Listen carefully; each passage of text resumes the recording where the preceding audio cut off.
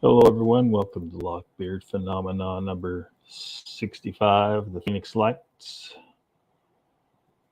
Um, Hopefully, the audio's fine. I think it's fine. B-Lynn was here hours ago. First in the chat. Welcome. It is Saturday, October 8th, 2022.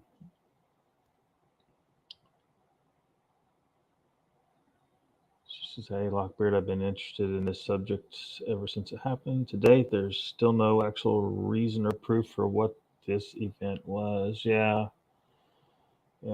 People need to be pretty careful about coming to a conclusion. They do. Grasshopper says,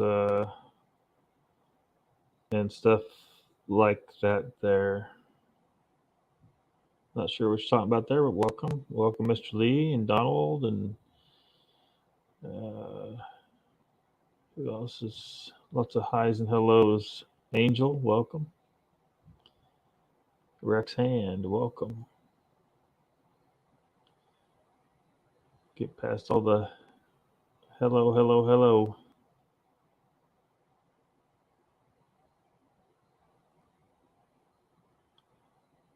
Maybe this is a prox for tonight's subject. Say what now? Speaking in code, perhaps. Donald says, I'm sore as hell today. Carver ending. Yeah, been there. Been there. I didn't get injured though, but the car was totaled. Well, insurance company considered it totaled. I drove it around for a while like that.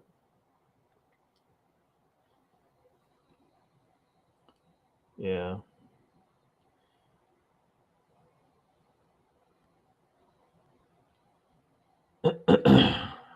Texting and driving. Folks need to chill with that. It's causing so many problems.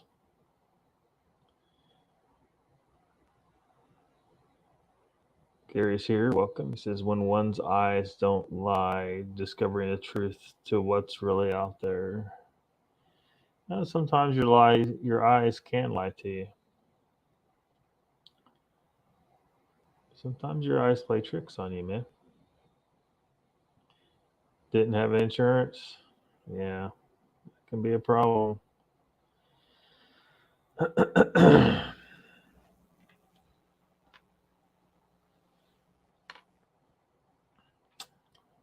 Let's see. Covered. Never mind the money. Health is more important. Mr. Lee says, fantastic intro. Thank you, Mr. Lee.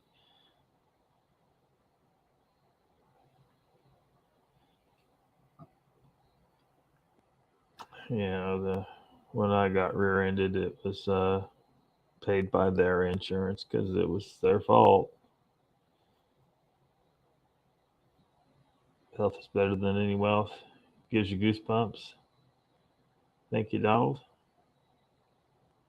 Audio's very good. Awesome. Yeah, somewhere out in the universe. Chessboard's here. Welcome. It's already Sunday for Mr. Lee. Midnight 06 for you, isn't it? Jen, welcome. Thank you, Gary.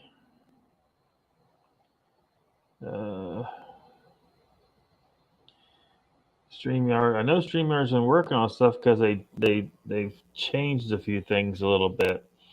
But why can't they fix this chat nonsense? SpaceX launch. Yeah. I guess the cell of Twitter is off again. It's off and on. Elon and Twitter. Um, I kind of hope he I kind of hope he just walks away and then does something better with his time and his money. If he's going to fiddle with social media, I think he should join forces with a Twitter alternative and outcompete their ass.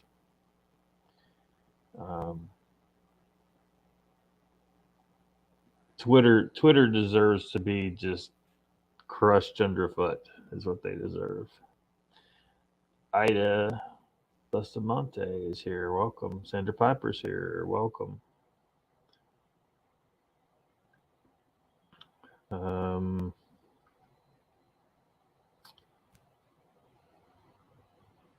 Stop a jumping, chat. Stop a jumping.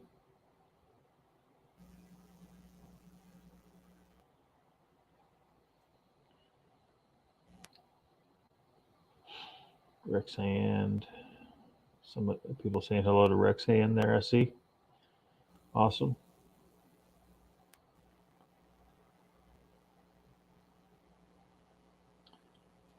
This is a news report. This is actually what they were just talking about. This is not part of what they're about to talk about, but this. What are they talking about? Atlanta, Georgia's the #1 best place to live in the U.S. That can't be possible. They don't even have any Bigfoot in Georgia. How can that be the #1? Why isn't Oklahoma on this list?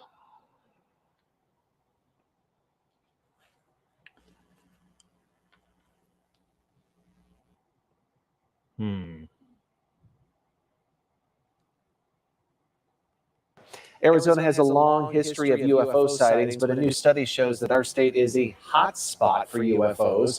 We rank 7th in the nation with a total of 4,721 UFO sightings. California has the most sightings. Now, in the last 5 years, the same data shows that there have been nearly 1,000 UFO sightings for every 100,000 residents.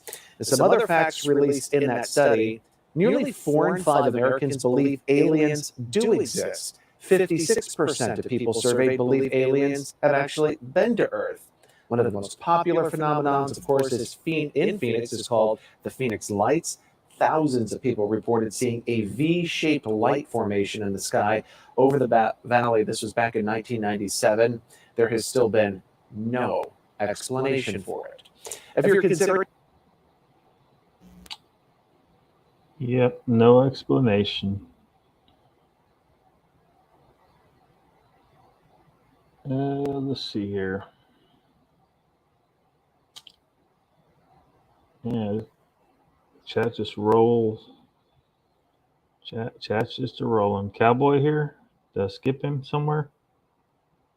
I must have skipped him.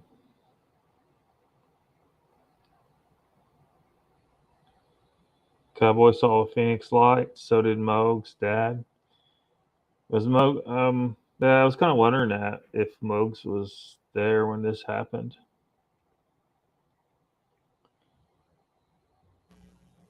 Donald says Vermont used to be on that list, but I think the cost of living has taken them out of the running. Yeah, I imagine it could. It could do that.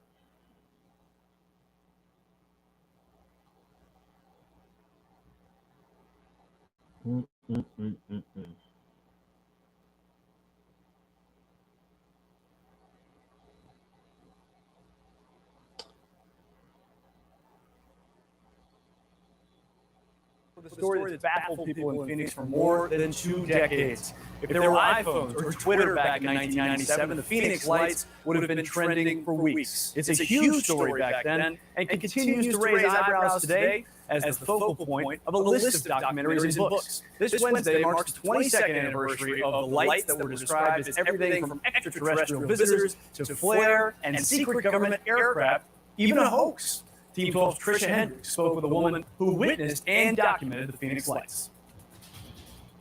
People were seeing these lights that either seemed to be attached to something or had a force field in between, because when they looked up, They blocked out the stars in between the lights. Dr. Lynn Keatai, reflecting on what she saw back on March 13, 1997, a string of lights shaped in a V hovering above the valley skies. Going through my mind, I was thinking, who are you? What are you? Do you know that I'm here? I'd love to meet you. For more than 2 decades now, countless explanations and claims have surfaced surrounding what she saw. I got it on 35mm film. This is in the negative. It cannot be denied, or to date, 22 years later, be explained. We're talking totally silent.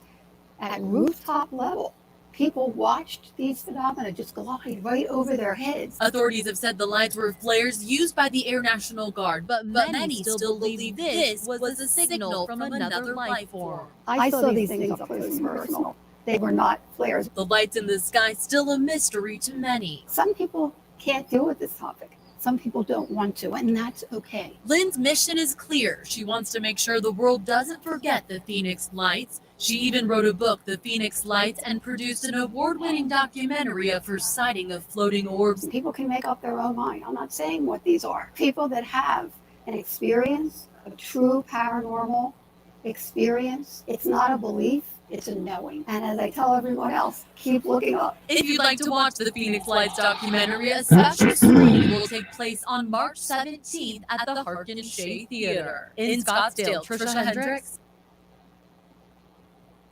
This was a report from a few years ago. We're at over 25 years now since this occurred. But it's still, pretty important sighting and unexplained, although some people might try to explain it away. Joe's here. Welcome. He says, what kind of nonsense you folks getting into tonight? Just a little UFO nonsense. Yeah. Yeah. Coming back.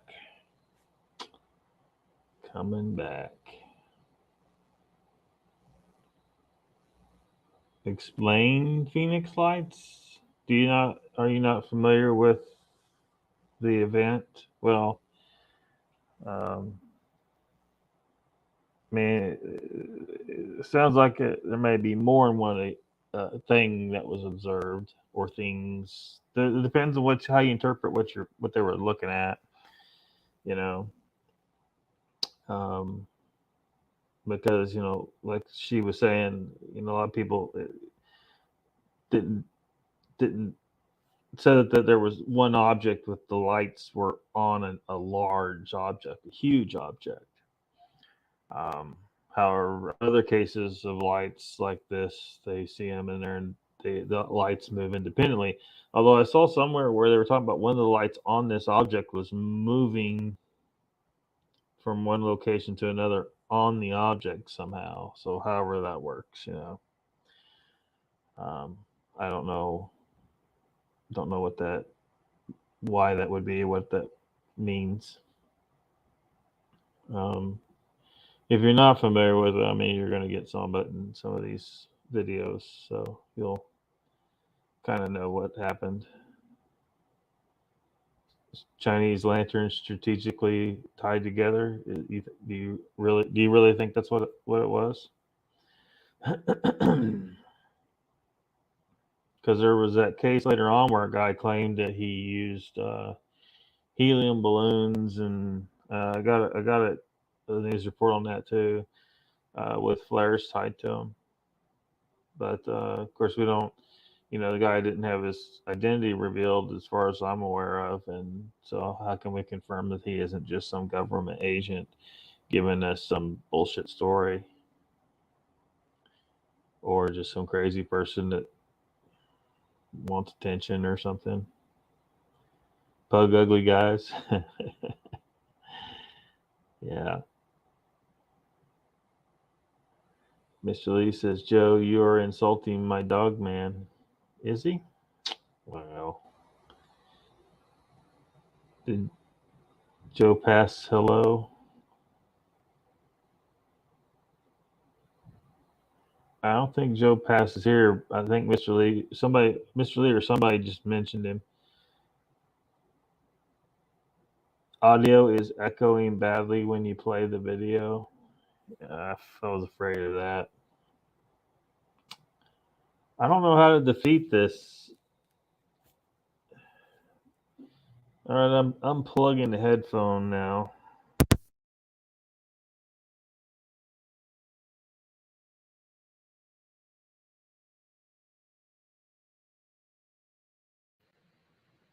All right, hopefully you can hear me now. And I don't know if it's better or worse. You can let me know.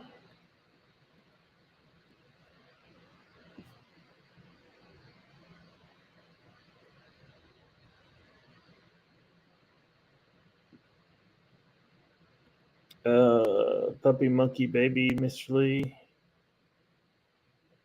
Thank you. That's possible. Yeah, it lasted for hours. And thousands of people saw him. Mr. Lee says, Joe, she is old pug lady. Her tongue hangs out. She's so pretty, though. Ernie's here. Welcome. He's walking his dog. Pugs. Pugs are... Only humans would take a wolf and turn it into that sorry little thing. They're very cute, but a pug is nothing more than just a snack for anything in the woods, really. It couldn't survive very long on its own. Rex Hansen, Oklahoma should be lived there 15 years and probably going to move back. Yeah. I mean, it has its problems, but it's not horrible. Anyone with a lick of sense in their head in California should be moving. Well, I don't want them to move to Oklahoma. We got enough people from California and Oklahoma. And they're going to start, just like they were worried about in Texas, about them affecting the politics there. They're going to leave California that they screwed up with their politics, and then they're not going to understand that it was them, that they played a part, even though they're not as far left loons as the people they left behind for the most part. They're still going to bring that. They're going to still bring their politics. They're just too far left, and they're just flat wrong. You know, both parties are straight up wrong and un-American on different issues, and they won't listen. They won't listen to the other side at all. And that's why we need leadership that is a member of neither party ever again, period. It needs to go the fuck away. I'm sorry. Yeah, both parties have lost me entirely. The two major parties, because of this nonsense. It's just ridiculous. You're both wrong on certain things, but it's just like neither one will hear it. You will accept our entire platform or you suck. So I saw the email. Looks similar. I don't know where that video came from for them that they put up on there. Grasshopper says, lock your mic is picking up the video as you play it. That's the echo. Yeah, I don't know how to stop it though. Like I would think that on the headphones that wouldn't be an issue, but it still is, and I don't know why it is. Sounds good, Mr. Lee. B. Lynn says, Lockbeard, you're fine. Just when you play a video like you just did, that news reporter sound echoes. You're right now. Sounds excellent. Yeah, but when I play the video now, it's because usually this is what I do. I just don't use because I haven't been able to figure out how to easily deal with that echo issue when playing videos. Joe says, I don't know what the Phoenix lights were. Flares tend to fall back to Earth, and they didn't seem to be doing that, so I don't have a guess. But then, what do I know? Well, I mean, we don't. None of us know. The guy who said the incident that happened in 2007 or 8.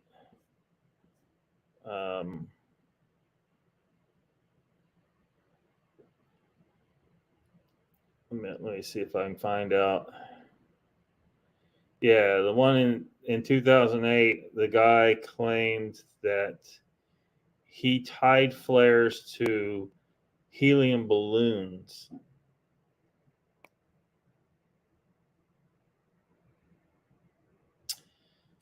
I don't know. I don't know if that's what really happened, but you know, but that wasn't the Phoenix lights most people are talking about. That happened in 97.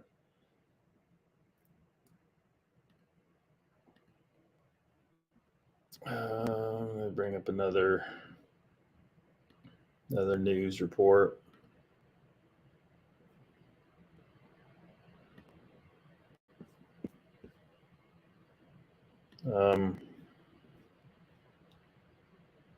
Donald said, "Did you skip my comment on purpose?" What comment? Let me go back. Hold on.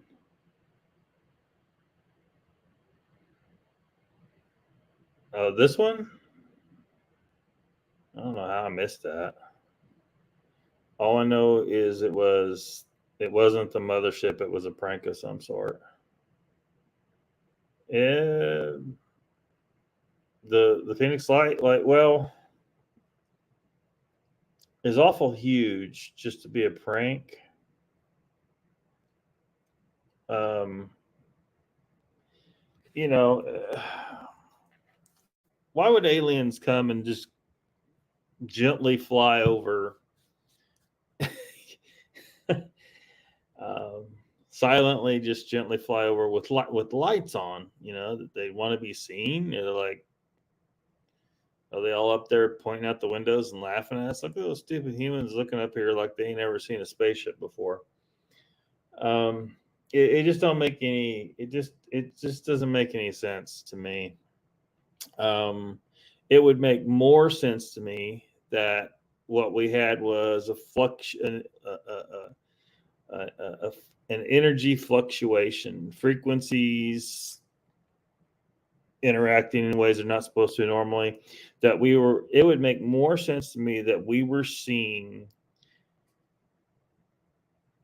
either a life form or an artificially constructed object, a spacecraft or something that exists in adjacent frequencies that we can't normally perceive, and that for whatever reason, for that period of time, there was just a fluctuation in the frequencies that allowed us to be able to see into a frequency range that we're normally not supposed to see into. So it would make sense that we may see it and not hear it. You know, because the reason why we can interact with everything in our reality is because we evolved in this range of frequencies, right? We can only see so much, right? There's certain things, visible light. You know, our technology allows us to detect things that are beyond that to some extent, infrared and so on. And some animals actually have the gear to be able to see infrared, whereas we do not. So we know that there are frequencies that are observable by some life forms that we can't observe. Why is it so hard for people to believe and understand that, you know, these frequencies go on and on and on? It isn't like they only go out so far and stop. They go further. And to understand that if this is the frequency range that we exist in, and we have the gear to interact with, we have ears that can hear sound in this range, and eyes that can see light in this range. And I don't know why people can't quite wrap their mind around the fact that these solid objects are light. It's the same goddamn thing. The only difference is it's ultra high energy material. It's solid to us because it's ultra high energy light. I mean, it's not light in the sense that they're the same thing. Solid objects and light are all the same thing. And so, we can interact with things in this range. We can touch some of it. We can see some of it. But, and we know that there's things a little bit further out there. Our technology, we've been able to see a little further. But what if, here we are over here, and there's another range over here that normally we don't overlap with very much, right? Usually we're kind of separated. And within this range over here is a whole nother ecosystem going on. They're right here amongst us, but we can't interact with them. Their frequencies are just way too far away from ours. And so what if occasionally things overlap a little bit more than what they're supposed to? Maybe we're, exposed to some kind of fluctuations in energy, and it's just a normal thing. And then, of course, we see these things. It's more likely it's something like that than it is that aliens come over and just slowly cruised over with the lights on. That's just kind of ridiculous to me. But probably more likely than that, this is some kind of government operation, right? Well, actually, a lot more likely, probably. But it's probably a government operation. It's probably something the government had. They probably did it on purpose. Because why would the government purposely fly some shit over with the lights on for everybody to see, unless they were purposely trying to get this kind of reaction? They wanted people to think that there was an alien ship flying over. It's just like emitting UFOs and then saying we don't know what they are. Well, I think y'all heard Leon the other night talking about the guy that has a patent on something that can move that fast and so on and so forth, and basically saying that same thing, that these UFOs, probably government, at least most of it or a lot of it, but possibly all of it. And now I will say that I think that they got some of this technology from another more technologically advanced civilization, one that existed prior to us, before the Younger Dryas impact, which we talked about that before.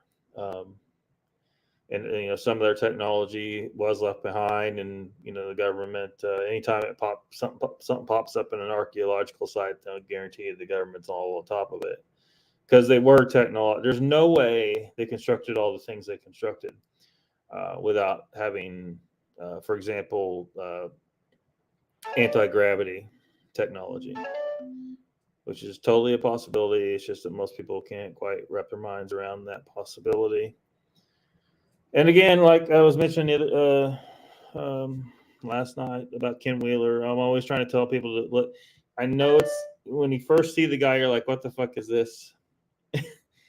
He seems like he's kind of lost his damn mind. But he will introduce you to the science that the mainstream will not accept, right? The mainstream wants you to believe in some ridiculous concept like space-time. Space-time is so goddamn stupid, but it just boggles the mind. But unfortunately, they've been, science fiction's been programming you with this shit, and there's probably some government involvement, because they want you to believe that two things that aren't a thing, right? Time is a measurement, and space is not a fucking thing. And then they put them together, and like suddenly it's a fabric of space-time. They come up with ridiculous nonsense like dark matter, dark energy, quantum foam. It goes on, and it's all basically complete misinterpretation of the observations. Proper interpretations of the observations will get you to the real scientific explanation, not the complete and utter nonsense that is quantum physics, which is a complete load of shit. And this gets us to a problem where most people, like, they seriously do not want to fuck. They don't even want to go down that road. They don't want to they don't want to learn some pretty heavy science there. You know, most people don't got time, or they don't have the interest in. But you know, it's science is necessary to understand our universe, and you kind of, if you want to understand certain things, the only way to really get there is to understand the science. And the only person I know of that's out there teaching the right scientific interpretation of the observations that we have from mainstream science is Ken Wheeler. There's some other people throwing some stuff around, but the dude has he has done what he has done is just immeasurably valuable to humanity, and one day he will be recognized for that, and people will mock the plagiarist Einstein into forever because he was not the genius that he's been painted. And as Ken often mentions, there's multiple books written about how Einstein plagiarized a bunch of his material. He didn't really think of much of anything really, other than marrying his double cousin. And well, she was like his first cousin by one relation, and then second cousin by another relation. Dude, whatever. So, already been read that.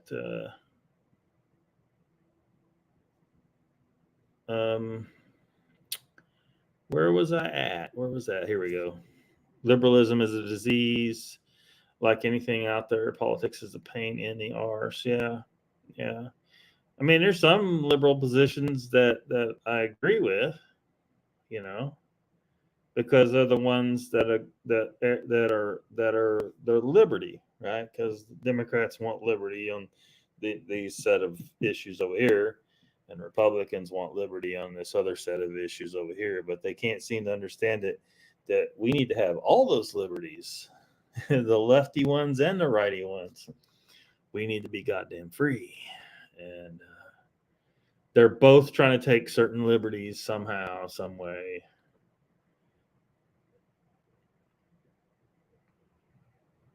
Yeah, but that's a pain in the ass, and I forget to unmute sometimes. Grasshopper says the flares, quotation marks, were allegedly hanging on parachutes and fell slowly, moving with the wind. Yeah, I mean, could be. Silently, yeah, just like a fart. Phoenix Light 9, still unknown case. 2007, 2008 probable hoaxes. Yeah. Michelle says chessboard. No, I make my big noise for them. My girlfriend laughs her head off every time. Joe says, I don't know, Graz. I'm not saying I'm convinced it was an alien crap, but in my military experience, when it comes to flares being dropped, it doesn't look like that to me.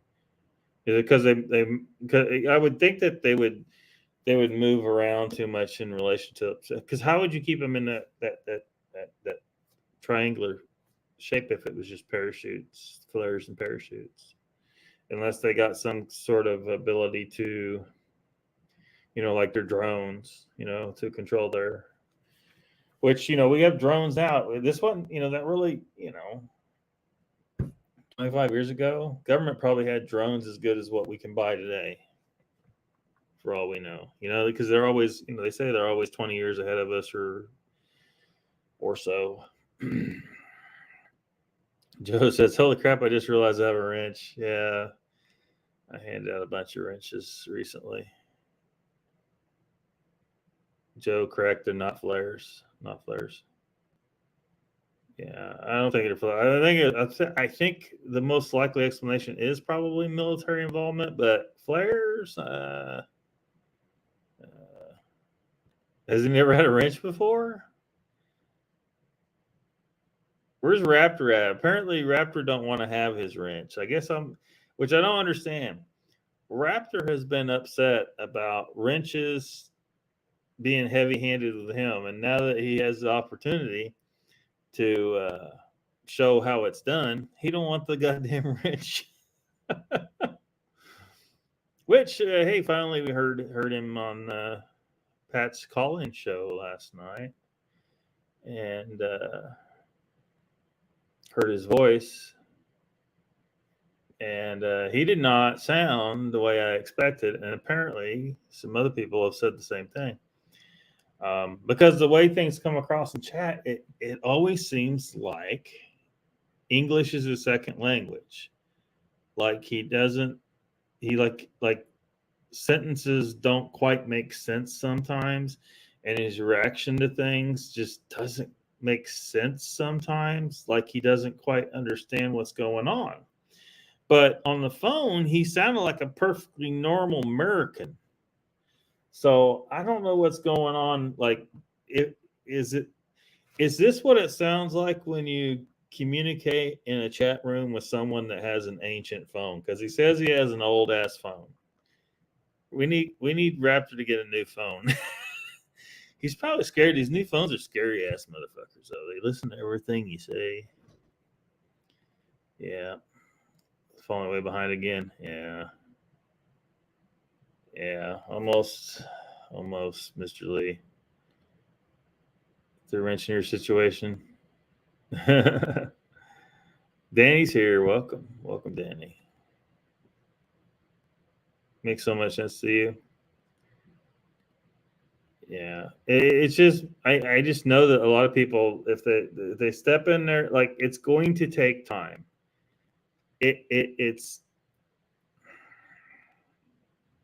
It'll anyone that's going to go over there, it is going to take time. Like you got to understand, there's a lot of material. He's got thousands of videos up there, and you got to sort out around like some of them are talk about politics and prepping and leather work and photography, and you got to if you're like me and you don't really care about the photography stuff, you got to sort that stuff out and get down to the science stuff. And you've got to understand what you think you know about science is bullshit. Some of it, not all of it. I'm pro science all the way. The problem is the science has been plagued with some blind alleys, some dead ends, some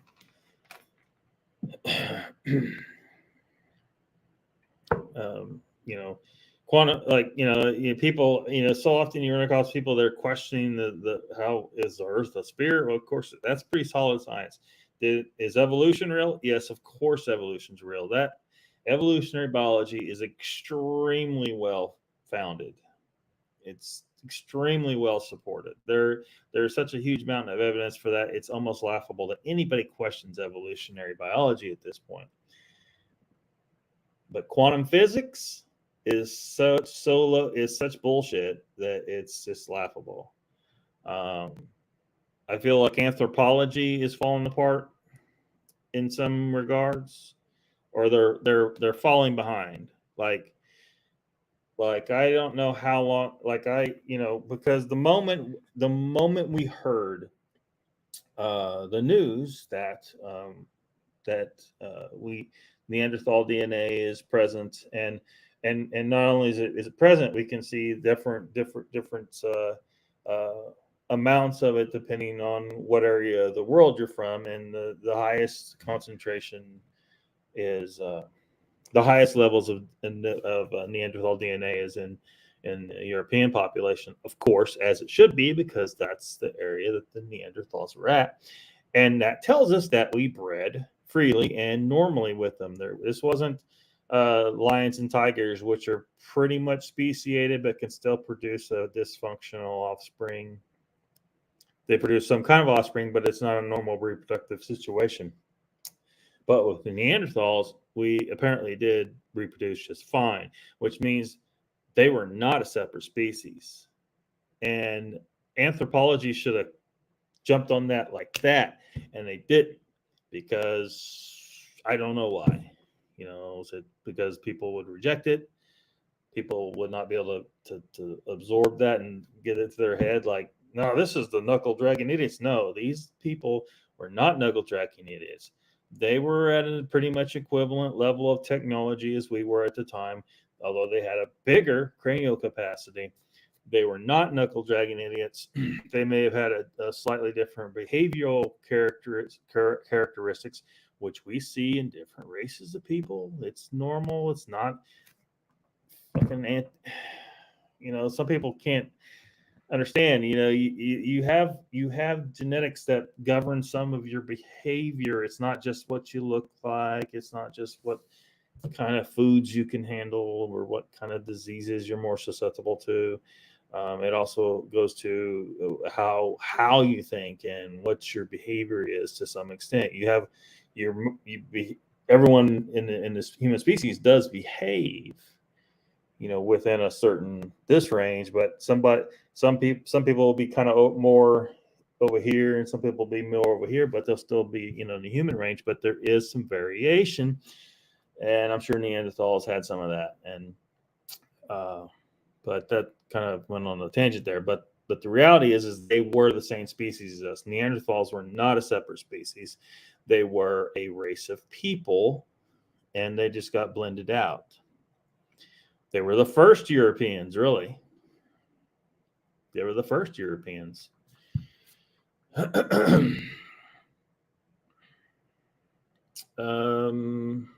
I better catch up in this chat. Maybe drones with drop lights, have them stay. Maybe drones with drop lights to have them stay. Maybe. Long live Odin. I don't know why I said that. Lockbeard got me all worked. Yeah, long live Odin. Odin.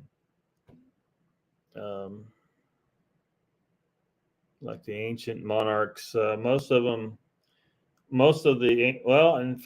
some of the royal lineages today claim that their ancestry goes all the way back to Odin.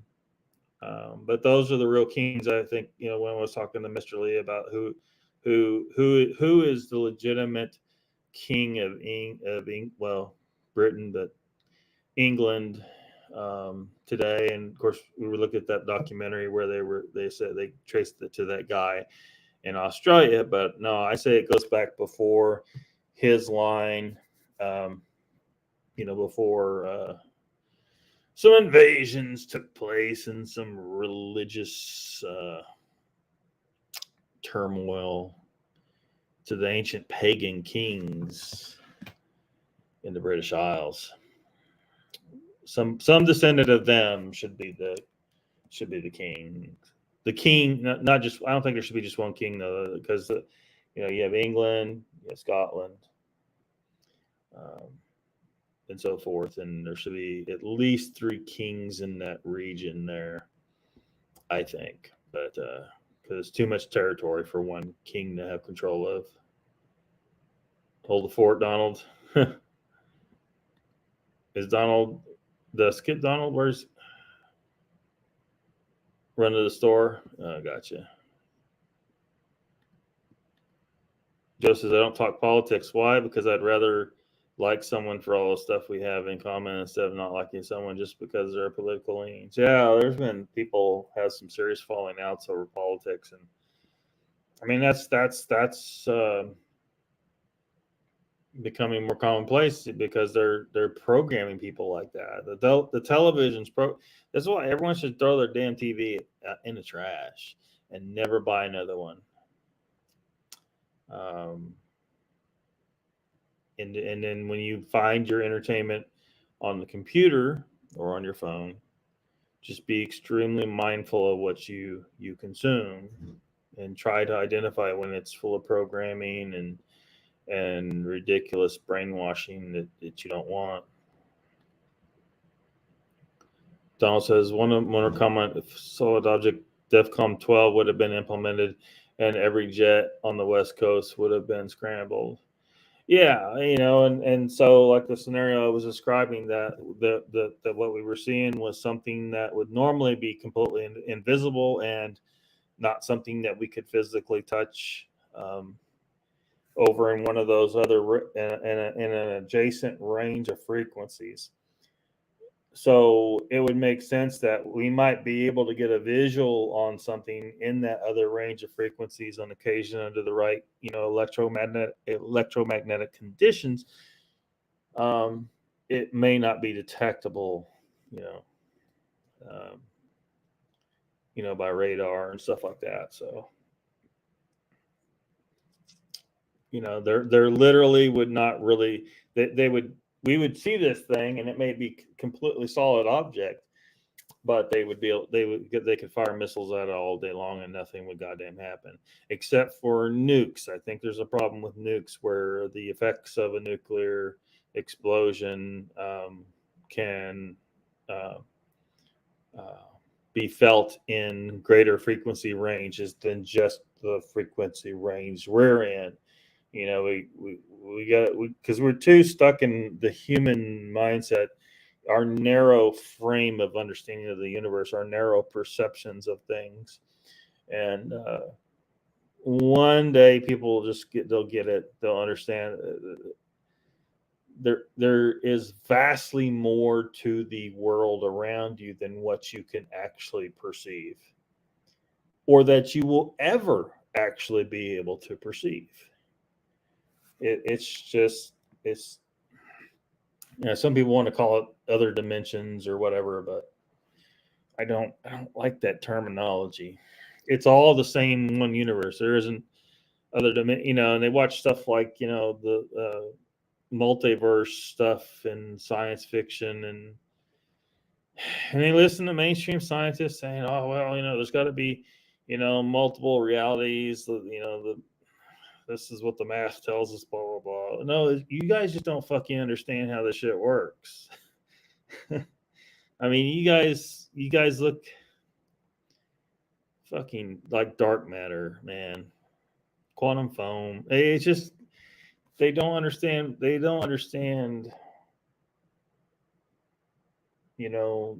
how the universe really works. They're interpreting things wrong. I don't know why they're doing it. Everything, of course, and everything's got to be a particle, right? Everything's got to be controlled by a particle. Even time, like they think time's got to be controlled, but there's got to be a particle that explains this shit. No, there does not got to be a particle to explain this shit. Jesus Christ. Yeah, sweaty stuff. Yep.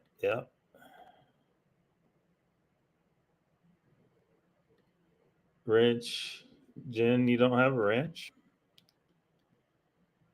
Let me see here.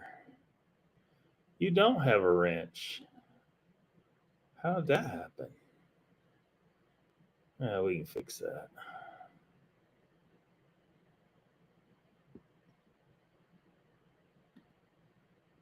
Maybe throw another one out there. Maybe Sandra. There we go. Have to jump over to YouTube. I can't. There's certain things I can't do because I'm looking at you. I'm on StreamYard, and you guys are looking at YouTube. I'm not looking at YouTube. Ideally, it'd be better if I could just turn YouTube off, and do everything right here, and not jump over there. But StreamYards, they got some improvements to make. They need to email me. we gotta improve this shit. I think drone technology evolved before we knew about it, and it could have been drones flying in formation with drop lights. Absolutely. And of course, how do they block out the stars in between over such a vast area of the sky like that?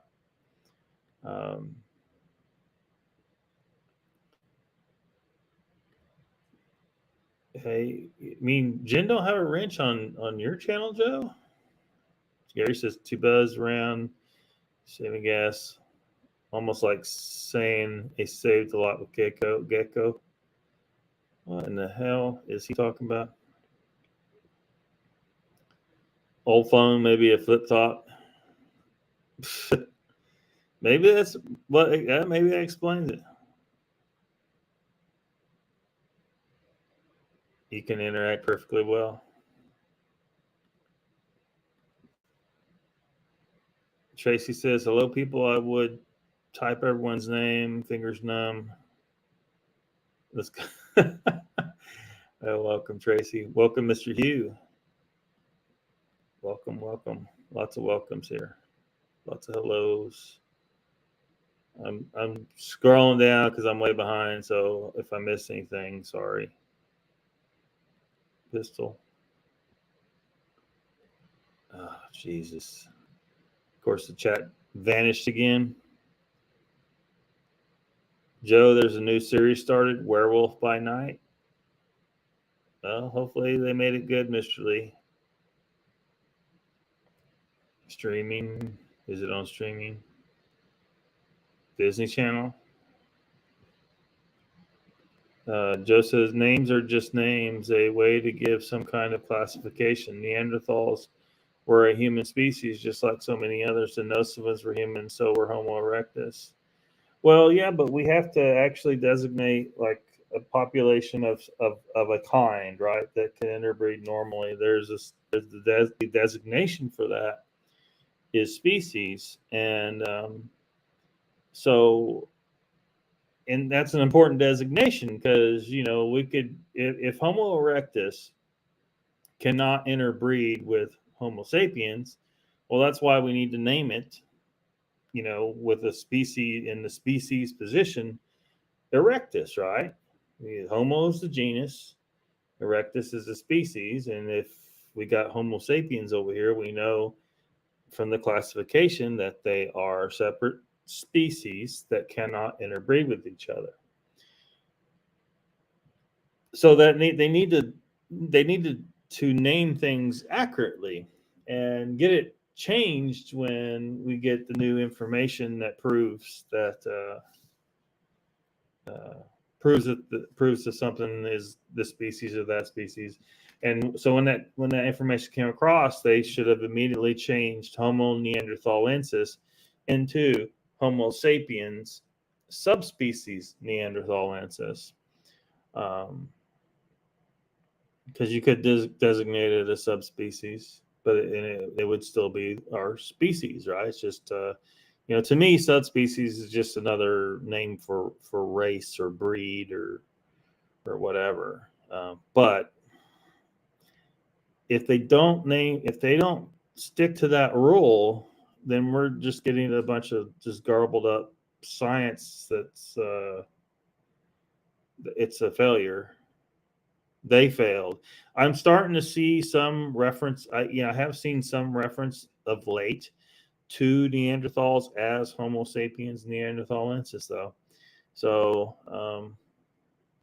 once again, someone listened to me. I don't know if they listened to me. They just someone else probably knew exactly what I knew the moment I heard that. I hate it when they fuck shit up like this.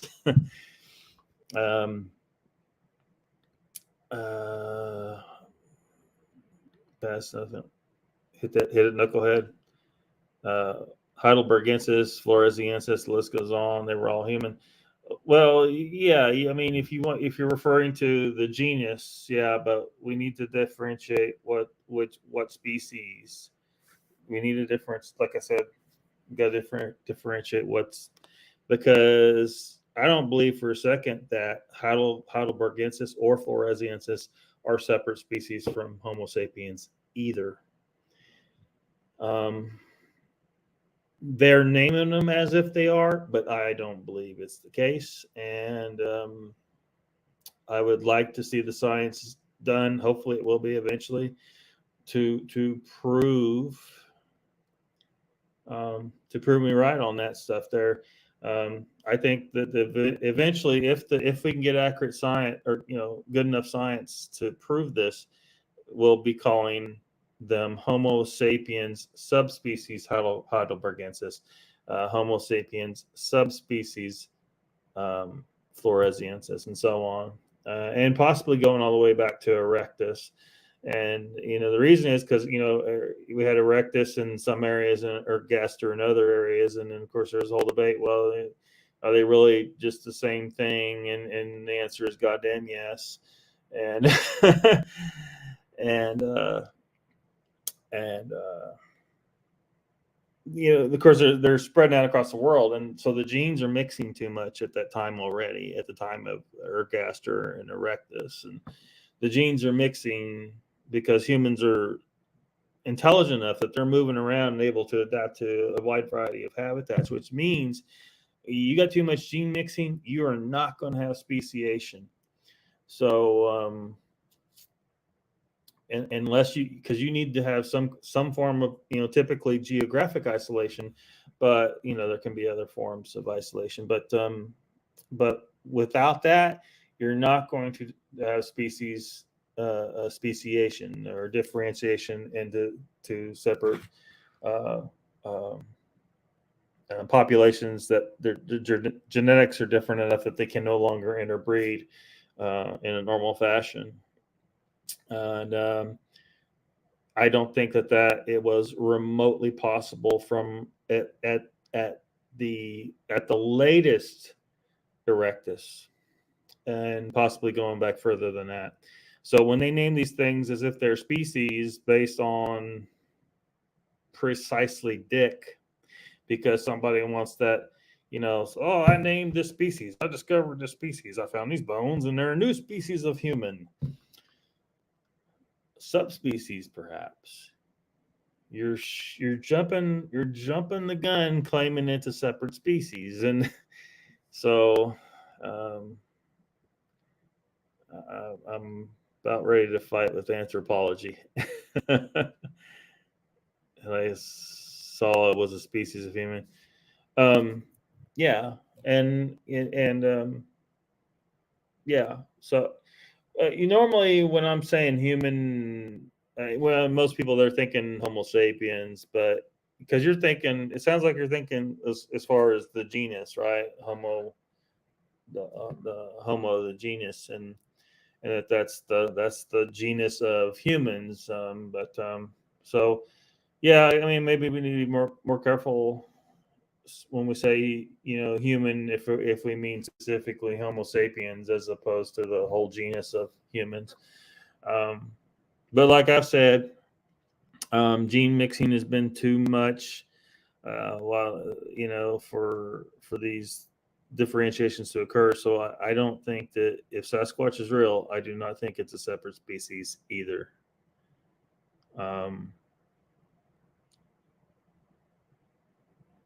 So unfortunately, without the confirmed DNA, I can't prove that. But I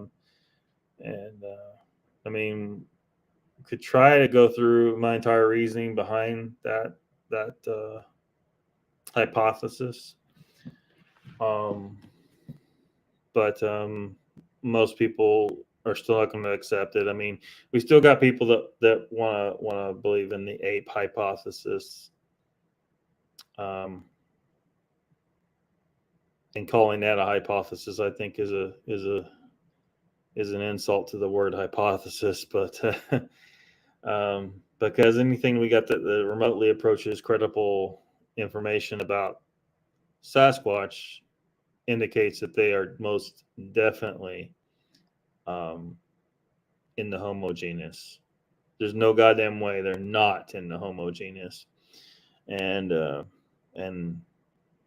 think almost certainly they are Homo sapiens. And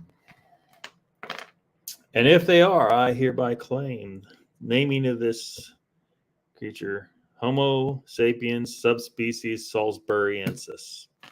Boom. If someone finds out it's a separate species, they can name the damn thing. But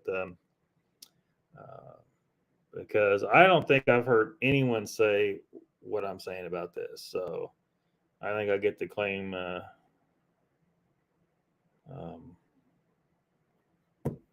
whatever the vision to see that.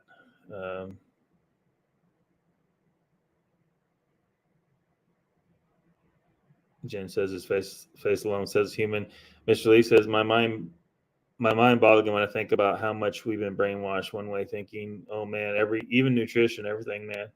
Yeah, having a hard time breaking the people of of what they've been taught their whole lives. There's, you tell someone, no, broccoli is not healthy for you. Absolutely not. It's poisonous to humans. You eat it and you survive eating it, but you absolutely, if you want optimal health, should not eat goddamn broccoli. It's hard. People can't, they've been programmed their entire lives to believe that it's a healthy superfood, right? That's absolutely 100% not. And I challenge everybody to dig and find out for yourselves. Don't eat plants if you can help it. I fall off the wagon all the time. I did the other day. But hopefully I can one day get to where I can stick to it again and feel so much better. You just start trimming down. You eat less, like way less. Like the hunger's gone because your body's getting the proper nutrition now, so it isn't crying out for nutrition. And like I said, I was measuring very, very thoroughly what I was eating. I was weighing out everything, and my intake went down below 33% of what I was eating before. You ask, how do you go back to 1/3 the food without even goddamn trying, without hunger? I went down to 1/3 the food because I just wasn't hungry anymore. Like before, I was hungry all the goddamn time. You eat in the morning and you want a snack, or you're about to starve to death by the time you hit lunch, and then you're about to starve to death before you get done with work, and then you pound protein shakes if you're gym rat and whatnot, and hungry all the goddamn time. Not anymore. Broke that shit all to hell because eating a 100% carnivorous diet gets your body the nutrition, the proper nutrition it needs, without all the poisons bombarding it and the anti-nutrients, and so it's constantly fighting, and then the disruption in your gut biome. It's not supposed to be the way your gut biome is when you eat plants, and of course it doesn't function correctly, and your bowel doesn't function correctly, your brain doesn't function correctly, nothing's goddamn functioning correctly, and so your body's in constant emergency mode trying to fight the poison that you're feeding it. But when you eat carnivore, you end all that shit. But you gotta break the brainwashing. So I don't know. Everyone needs to do their own research, I guess, because they're not fucking listening to me most of the time. But when they do, every time someone listens, they come back and say, "Holy shit!" Some big words you must have Googled. What big words did he use? Are you talking about Heidelbergensis and Floresiensis? Yeah. Enough. Anyway, gorilla, what different species of primate from humans? Safe with all these mods. Lowrider, feel safe. Welcome, Lowrider. Joe says, now chessboard, it's just that I'm fairly well educated. Never let schooling interfere with your education. Jen says, thanks, Lock. I didn't know if you wanted to be a mod, but might as well. At this point, I give up. I was trying not to do mods, but whatever. Joe says, I know it was way up above, but how do we know that Homo erectus couldn't and didn't breed with Homo sapiens? There was a period where one was still in existence with the other. That's what I'm talking about. I don't think that they were separate species at all. I think Homo erectus was the same species as Homo sapiens because humans were spreading out across the world already, right? The genes, when humans are if your species is moving around that well, the gene mixing will not allow for speciation to occur. So I don't think speciation occurred. I think Homo erectus and Homo sapiens were not separate species because they want to portray it like they're ancestor species. Okay, whatever. But the reality is I don't think we've had a speciation event since we diverged from chimpanzees. Possibly. possibly going that far back. There could have been some early on speciation events, but in Africa perhaps, but I don't think so. I think the last speciation event was the common ancestor between humans and chimps, and that all these species, Australopithecines and butchered that word. Going forward, they were just different versions of the same species. We were mixing genes too much. We couldn't divert into two anymore. Finally caught a live. What you doing? Oh, talking UFOs and Squatch. Drones. 4 lines in that sentence. It was shaped. I don't know what you mean there exactly. Supposed to be 6 ghost lineages that can't place yet. There was a big human species boink fest going on, it seems. Yeah, and again, that completely supports what my contention is they if they're boinking, if they're making offspring in a normal fashion, they were never separate species. They were all one species. You can't breed with a separate species, and that's just people want to try and fog that up and say, a species can be that. No, we need a designation. What do you call a population of creatures that can only breed with their own? They can't breed with anything outside of them. What do you call that particular designation? Now, it's supposed to be species, but you got people that want to muddy the goddamn water. And so if you're not going to use species for it, I demand a goddamn word for that thing, because that's a goddamn thing, right? It's something we need to acknowledge. It's something that we need to deal with in science. And I thought that we had a word. It's called species. But apparently some people want to fuck that up. I've run across this a few times in the past, and it's like, what the hell? Oh, you're killing me. Month before the Phoenix Lights, there was also other sightings in areas. Yeah, there's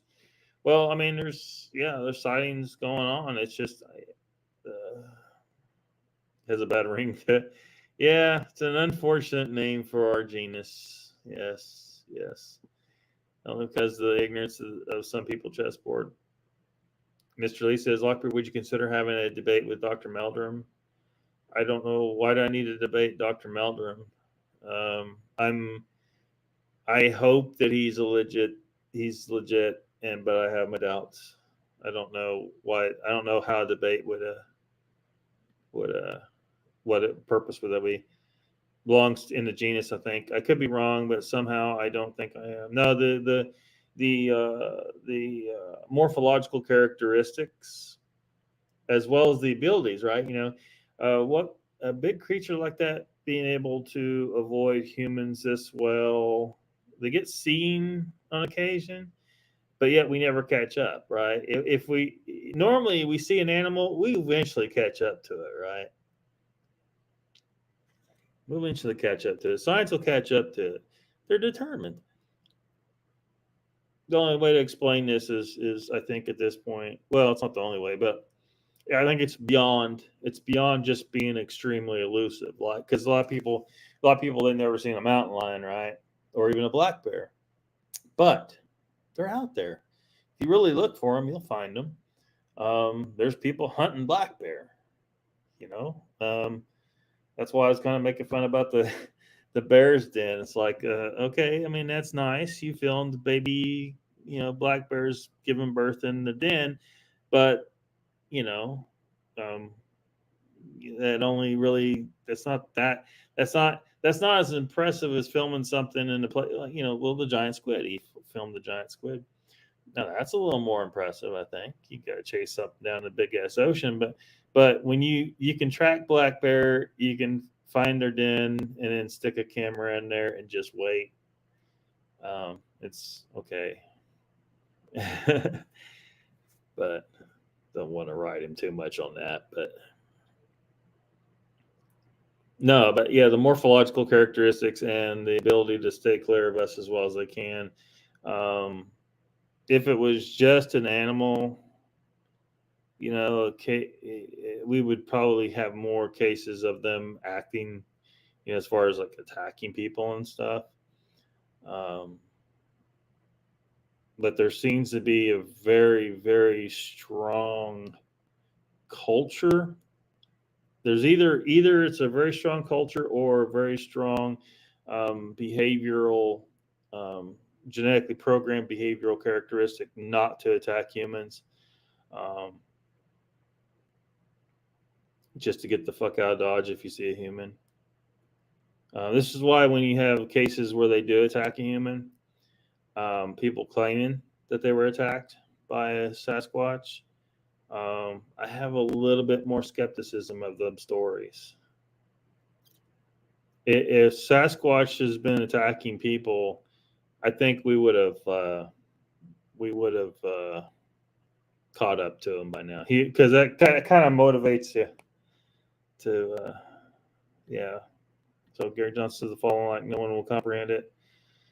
Donald says, just popped on before my trip back home. What happened to the show topic? Well, we're on a tangent. We're gonna get back to it here in a second, though.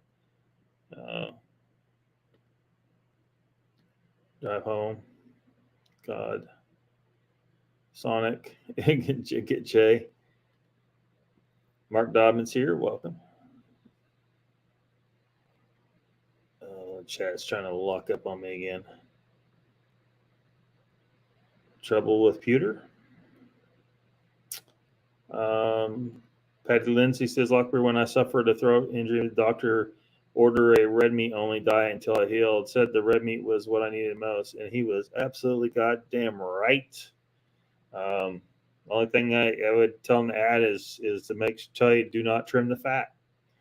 Do not trim the fat off your steak. Actually, whenever I go down to the buffet, I think this lady looks at me weird sometimes because she figured out that this is what I want, because they got these big ass steaks on the grill at the buffet, and then you tell her kind of what you want. She'll try to give you one that's rare if you want rare or well done. And I always ask for very rare and very fatty. She probably used to seeing people throw away the fat, but I'll eat all that goddamn fat because it's good for you. It's a health food. Never trim the fat off your meat. If you're not used to eating it, try to get used to eating it. Maybe put some. What really makes it good is like if you put a little extra, like someone sent me that video about the.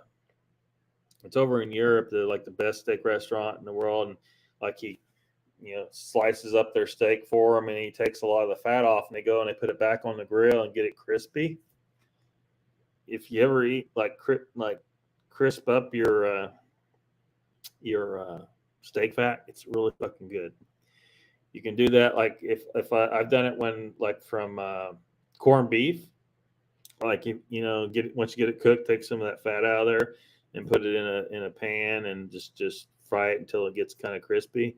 Man, it's good. Or pulled pork. You can take the pulled pork fat and do it.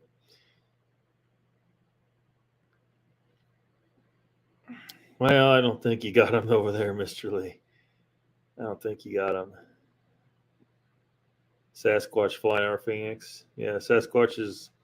That's why it's so big. It has to fit all the squatches in them. You had a sighting. You called him Pasta. The flying spaghetti monster, perhaps? His noodly goodness. Did he lay his noodly appendage upon you? Yes.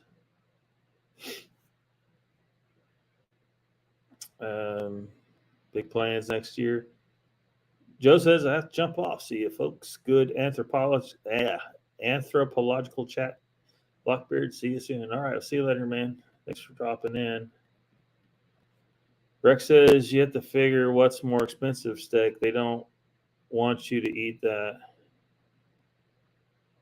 Yeah. I kind of wonder if because I'm there a lot, although it's going to be a lot less now because I'm and hopefully this is a job I can do a lot better, a lot more easily than that one from last year. Gonna be traveling quite a bit, but I'll be keeping my feet on the goddamn ground, and to be in some, a lot of times in the woods, in the open air, clean air, not in the middle of a damn factory.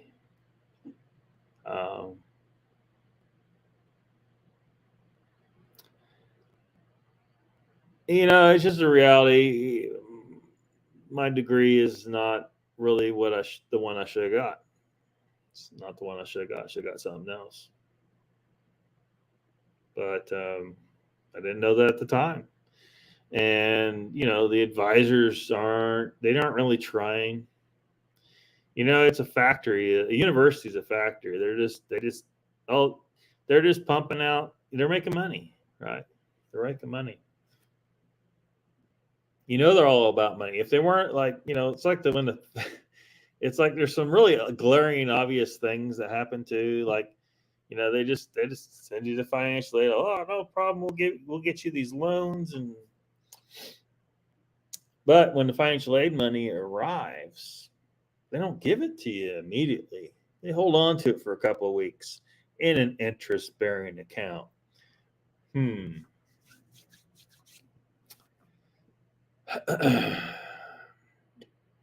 But yeah, I think anyway. I think they I think they kind of watch, like they see the days when I come in there and I just eat whatever, and the days where I just eat meat, and I eat way less when I'm just eating meat, because as soon as you start eating carbs, your body's like telling you to eat more. It's pumping out hormones telling you to eat more when you eat carbs. Ribeyes the best. Kansas City strips. Ashley says, I would eat more fish, but it's so expensive, man.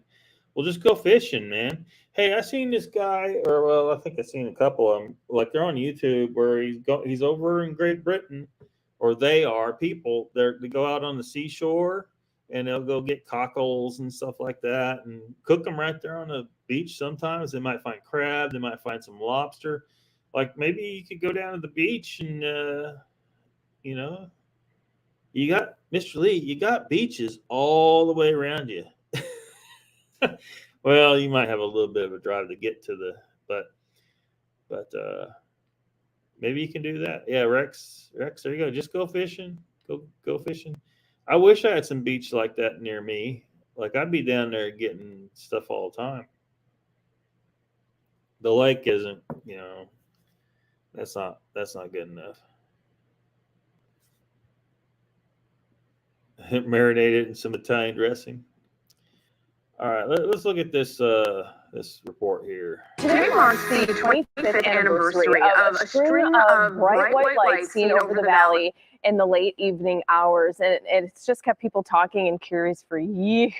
I was just a kid when this happened, and it was like, I was obsessed with it. I wanted to read every single news article about it. I was convinced this was like the invasion was days away. That it was going to happen. Huh? Yeah, man, this is so cool. It happened right here in Phoenix.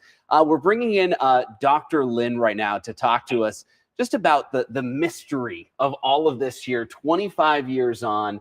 Just kind of tell me, what the legacy of the Phoenix Lights is. Actually, the Phoenix Lights now worldwide is hailed as the most witnessed, most documented, most important mass anomalous sightings in modern history, if not all of history.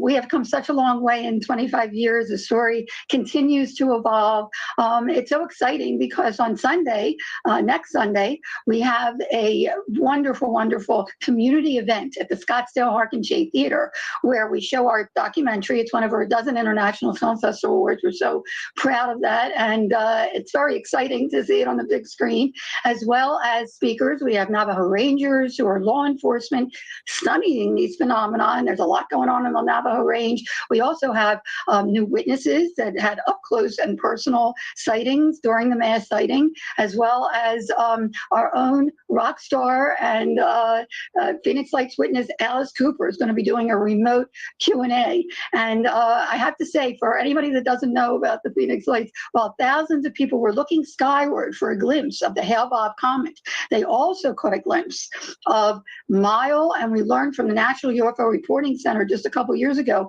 that one of these phenomena, whether they were these orbs in rock solid formation, in V shape or boomerang shape, and that's my video, by the way, showing right now, or actual craft. There were 10 different craft. If people go to the Phoenix Lights Network website, they can look at the illustrations, beautiful illustrations by Larry Lowe, as well as animations. 2 or more people had to see the same craft. And whether it was one craft that could morph, or the perspective from where the person was standing, or an actual parade, which is what the what was concluded, because the mass sighting, whatever you've heard, wasn't just 1 or 2 hours. It was many hours, over a dozen hours in over 4 states. Wow. So tons of documented proof out there. But Dr. Lynn, I just want to know, tell us about your personal connection to it. Where were you that night you took that video, and what was going through your mind? Thanks for asking, Desiree, because for me, it was just another night. I had actually been witnessing and photographing these anomalous aerial phenomena. I call them UAP now. In 1995, right outside our bedroom window, I captured 35 millimeter photographs, not only then, but 2 years later, 2 months before the mass sighting. Very unique collection, the only one with 35 millimeter. If you go on the photo page on the Phoenix Lights Network website, you can see this unique collection. 2 months before the mass sighting, I caught the same massive over mile wide phenomena head on, turning into a V shape against the wind, according to air traffic controllers at the Sky Harbor International Airport. It was over Class B restricted airspace, 1,000 feet altitude. And then during the mass sighting, I caught the video, and for me, it was just another night. But then I found out that incredible, Dr. Lynn. I wish we could talk to you all morning. We have to wrap it up. Thank you for sharing your story, and we can catch up.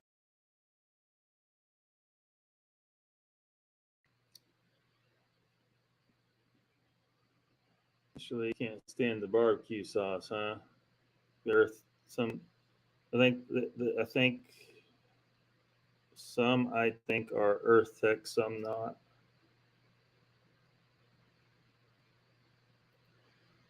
I think they're probably all Earth Tech, but the question is whether it, our own civilization developed it, or we found leftovers from the previous civilization 13,000 years ago. That I think more and more people every day, if they dig into this and start trying to think about the evidence that we have, there was a civilization, a human civilization, more advanced than we are. More advanced than we are, a long, long time ago. Over 13,000 years ago, and they got, a big fucking rock hit the planet and put an end to that shit. And that should be an eye opener for people, because, if a big rock can destroy a more advanced civilization back then, it could easily destroy us now. So we need to be better prepared for such a situation. Mr. Lee says, oysters and cockles are your favorite. Yeah, right there on your shore, man. Russ dropped off by the Phoenix Lights. Where's this show going? Oh, I don't know. We just kind of got on some squatch there. Primal Kitchen. Please explain. Mr. Lee, look up Primal Kitchen. They have all kinds of keto sauces and foods. Yeah. A lot of people use that. Yeah, they use that word primal, like you're eating the primal human diet, what humans ate way back in the day. Unfortunately, some people are including plants in that, and they need to it's humans weren't eating plants. Humans, look, caveman wasn't in his fucking cave making, you know, a nice hollandaise sauce. He wasn't making ketchup and mustard and mayonnaise and shit. He wasn't fucking doing it. He was flint knapping a spear, sticking it on in a stick, and he'd go out and kill the biggest freaking red meated fatty animal he could find, and then they'd hang out around that sucker and eat it. Nobody had they didn't have any, you know, Worcestershire sauce for their steak. They didn't have any horseradish. This is all like, people don't understand. They didn't have this shit. This is stuff that people came up with way after, you know, we lost our way. Our way as a 100% carnivore, almost 100% of the time. And so, you know, yeah, I don't want any sauces on my steak typically. I just want them with a goddamn steak. Getting stupider and stupider every day. Yeah, that's the truth. Welcome to the chat, Jody.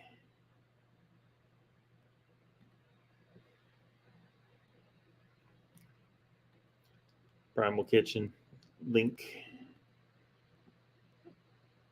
I mean, you know, if it helps you get closer, you know, to do the keto sauces and recipes and stuff, then yeah, it's good. But I just want people to understand that's ancient man wasn't eating a whole lot of plants before a certain point. It just wasn't our thing. We kind of were forced into it after the Younger Dryas impact. It forced it. I mean, that's because it was only after that the agricultural revolution occurred. We could have had an agricultural revolution, you know, 100,000 years earlier. We were perfectly capable, but we didn't.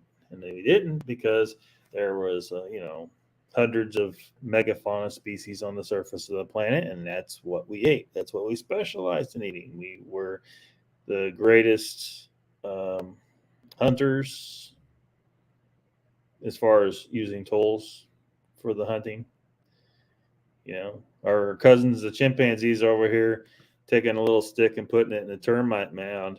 Well, somewhere along the line, that little stick evolved into a spear that could take out a mastodon. No, not directly, but sort of, because it's like people they say, well, they have to use technology. Well, they're using tools, and the tools just got more and more advanced because we were capable of making tools. A chimpanzee's capable of making a tool. It's just that he can't make one as advanced as we are. He just can't make one as advanced as it. It's real simple tools. And other animals use tools, you know. It's not unnatural to use a tool.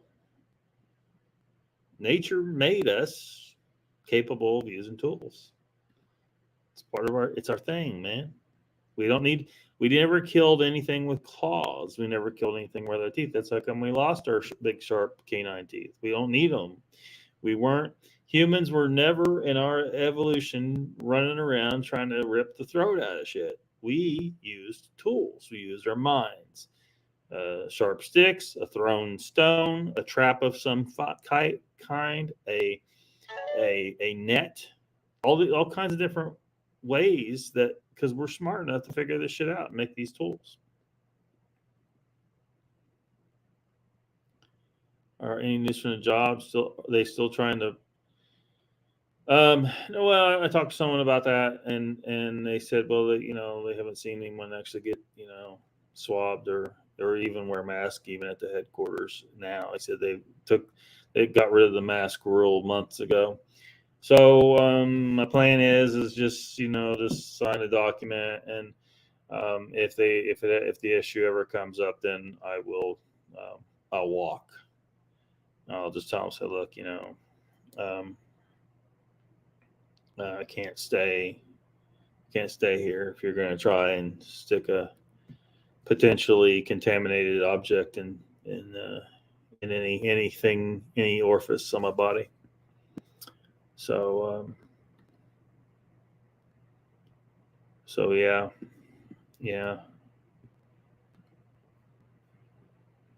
Let me get rid of that and bring in a new.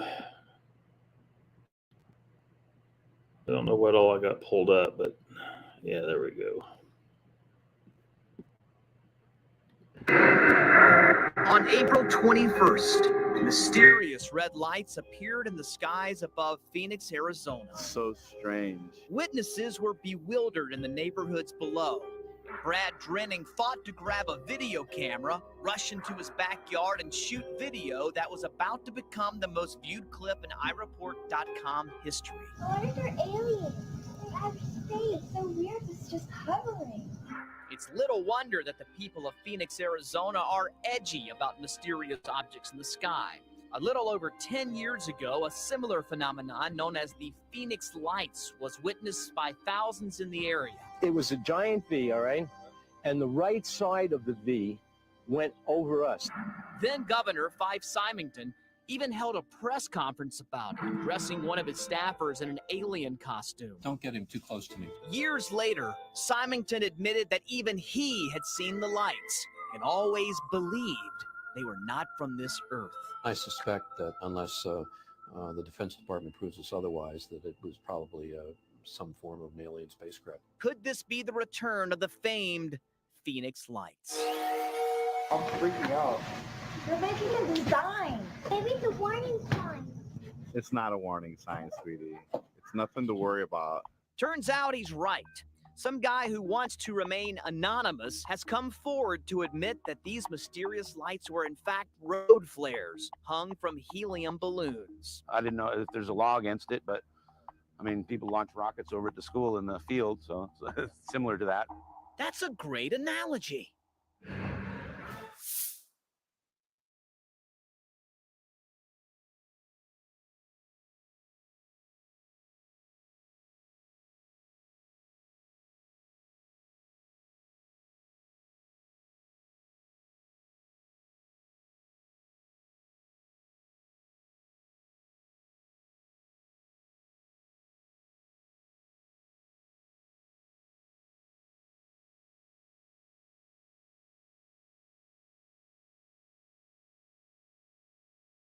March 13th, 1997.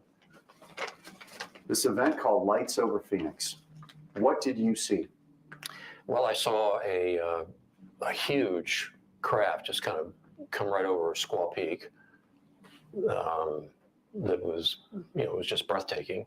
And I'm not sure about the date. You've got a better memory March for the 13th. dates than I do. Yeah. But there was no, like the Clinton day, no. No. No, I was on a strict diet. No, I'm serious. I'm serious now. That it was unquestionably it was a UFO, which means unidentified flying object. That doesn't mean we're being visited. Well, it's nothing like anything I've ever seen. And you're an Air Force guy. Yeah, and a pilot. Got a lot of hours flying, so it was pretty breathtaking. And I'll never forget. I snuck out to see it, without DPS, which I'm not supposed to be driving my own car and that kind of thing. And so, but I told Ann what I was doing. I was going to go up to Squaw Peak and see what everybody was, clamoring about. And when I walked in the front door, she looked at me, and I was apparently normally I'm fair complected and pale anyway, right? And she said, "Oh my gosh," she said, "she looked like a ghost. What did you see?" And I said, well, "I don't know what I saw, but it was really something, and I'm not going to talk about it." And wow. So did it frighten you? No, I think I was kind of in awe, really, How big? Bigger than anything I've ever seen in the sky. Like an aircraft carrier in the sky? Yeah. Something like that, yeah. And it was hard to define because of the light in terms of the size, but it was absolutely silent and had sort of eerie embedded lights. And, so that's what I saw. And I wasn't expecting to see anything because I was looking out over at Luke to the west. And then all of a sudden, these people in the park area just on the west side of 51, there were a bunch of people there. Everybody said, "Oh, look at that!" And we turned around, and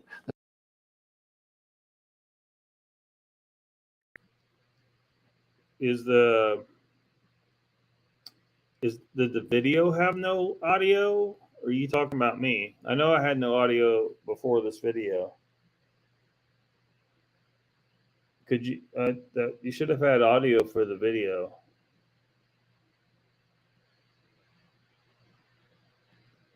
Yeah, I had myself muted.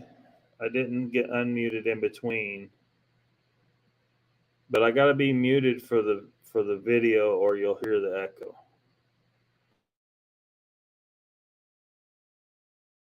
This thing was coming from the northwest, traveling to the southeast.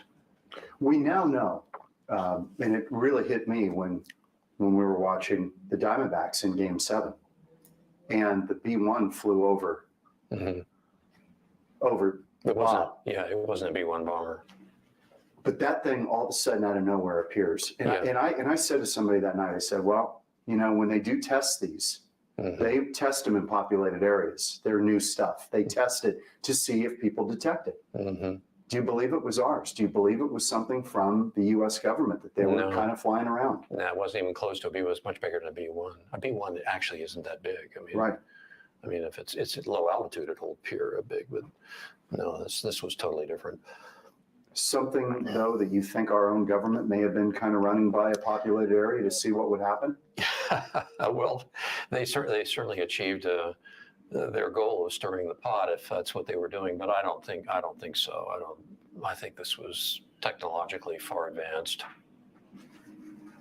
I use the analogy. Can you imagine if you took Christopher Columbus and put him in the cockpit of a Boeing 777?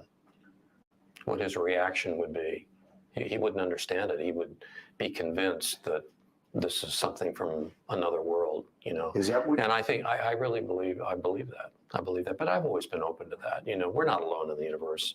I agree with you. We're going to find that. We're going to find that out one way or the other. Even Bill Clinton was talking about that the other day on the national news. I saw that. Yeah. I do believe that we're not alone. I just don't know that we've been visited. But Well, you think maybe that night we were? I think so. Yeah, there have been so many different sort of sightings and inexplicable phenomena that, you know, but the disparity in terms of technological progress would be so vast that we would be, I think, of sort of no consequence to whoever is visiting us, because the technology to get here would be just beyond anything we could imagine. Did it hover? No, it was just going in a straight line. Slow pace. Yeah, slow pace. Yeah. And then, you know, there were all the sightings. Flares. There were the sightings of the America West plane coming into Sky Harbor. Said he could have landed on it. And it was enormous. Yeah. Like an aircraft carrier in the sky. Is that about as close Yeah, as I think that's a fair description. Oh my God. Yeah. It's kind of interesting. Maybe it's our next generation we're working on. Who knows? Well, we'll find out it someday.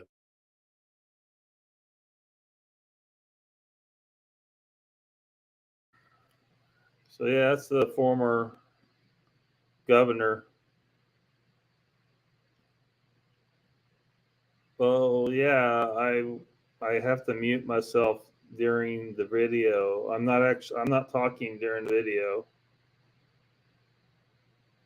I was only muted between this video and the previous one because I forgot to unmute myself, but it was just for a moment. But if I don't mute myself during the videos, you'll hear an echo, and it makes it where you can't hear what they're saying in the video. Welcome to the chat. What?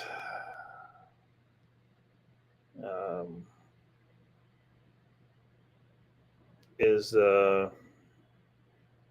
that a South Park reference? Kyle's mom. Jen says, I buy this guy, not over the top. Yeah. I think he's pretty legit. So I don't know, you know, because his story changed and stuff like that.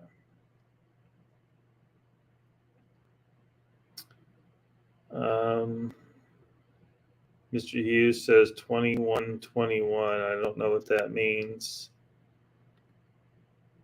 It's a weird article. Good evening, Lockbeard. Hello, what? Or Kyle's mom, whichever it is. Kyle's mom. So, okay, about this incident, are you guys aware? Because, you know, they had thousands of sightings from people on the ground. I guess there was one report from a pilot in the air. Have you guys heard about this and who this pilot was? Because we're about to see who this is. I'm wondering, without Googling it, don't Google it. Does anyone actually know who the pilot was that saw the Phoenix Lights? Jen says that once out of office, he can say it's not a hoax, possibly. Cows, what? Yeah. I'm not seeing anyone saying it in the chat. Well, you're about to see. You're about to see.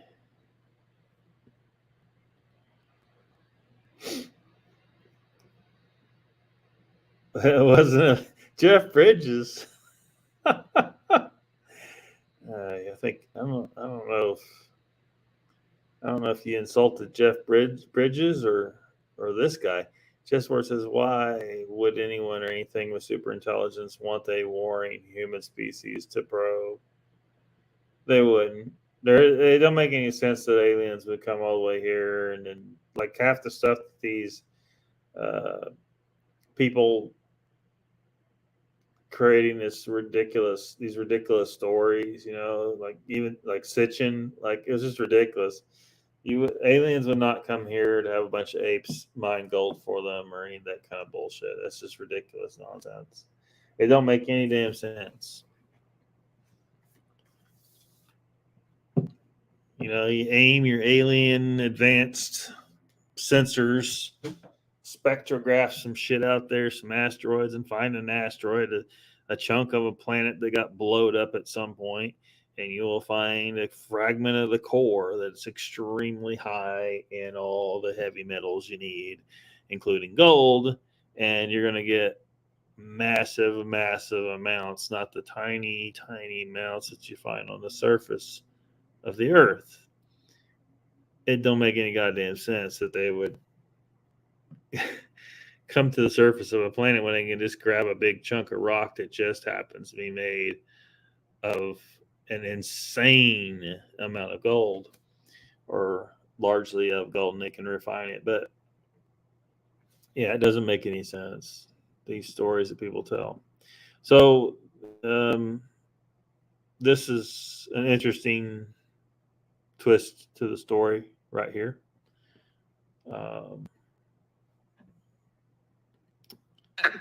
There's a story that another story involving you and your son that I want to ask you about, because I don't know the details of the story, but you guys saw a UFO. True? Oh, you're talking about, yeah. Yeah, it is in true. A plane, right? Yeah. Yeah. Well, Goldie had an experience. She wrote about it in her book. But anyway, so she's not just a firm believer. She had an experience. So one time, Oliver, I was flying. It was in a time where I was kind of like I just a couple of years earlier learned to fly. So I was still in a period in my life where any excuse to fly would do. He wanted to go to Phoenix to see a friend, and I said, "Sure, I'll fly." Oh, really? Okay. So we flew to. My dad wouldn't drive me to the mall, by the way. Maybe bowling. That was it. So we're going into Phoenix, and I think it was Sky Harbor, and there's these bank of lights, 6 lights, in the shape of a triangle going back right over the airport. And I'm looking at them as I'm coming in. I'm, on the horn talking to them, and I'm coming in, and I'm not saying anything about it because I'm kind of confused by it, but I can't tell if this is going to be an issue or not with landing. And Oliver said, "Hey, Pa, what are those lights?" And I said, "Yeah, I don't know. I don't know what they are." And so anyway, I called up the tower and I said, "What are you guys painting tonight over the airport?" And they said, "We're not showing anything. What are you seeing?" I said, "Well, there's 6 lights in a row." And they said, "Do you want to report this?" And I said, "Look, I can't identify it. It's flying and it's 6 objects. So that's what it is, right?" So we landed. I dropped him off, flew home. Years later, I come home, and Goldie's watching this show on UFOs. And the most reported one of all time was this one in Phoenix. And I'm watching, I start to see this show and I said, wait a minute. That's the night Ollie and I were landing in Phoenix. I remember that. And I said, wait a minute, I've got it in my logbook. So I went to my logbook and I didn't mention anything about the reporting the UFO, but my flight was logged. So I said, yeah. And on the show, they talked about 20,000 people reporting it and only one general aviation pilot. And I said, that's me. Right? So the weirdest part of that to me, though, was I'd never thought about it from the time I landed until I saw that TV show. And when I saw Oliver the next day, he hadn't either. Really? I thought that was kind of bizarre. That's when you know you have an interesting life, when you go like, yeah, UFO. If you like that video,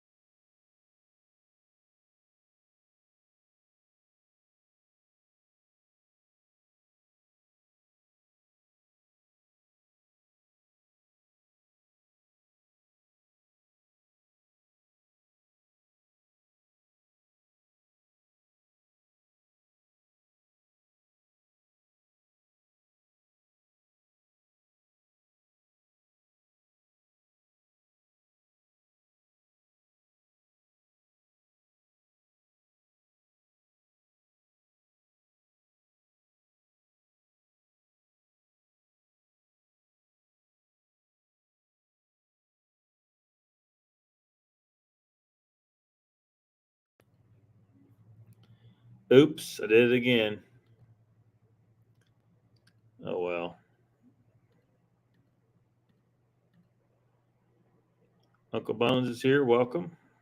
Chessport says Jen, yes, gold and glass other shielding the shield against radiation and space objects. Well, she's referring to, because I mentioned earlier, because there's people that claim that there's people that claim that aliens came to Earth, genetically engineered humans into a slave race, and used them to mine gold, because apparently the aliens need gold.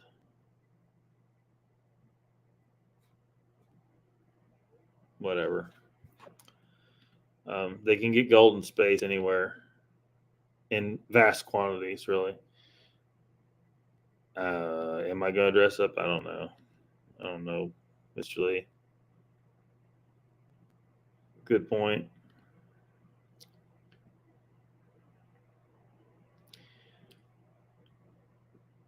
Well, yeah, I mean, it may seem like that to us, but again, you got to think beyond. You got to think beyond like the human experience.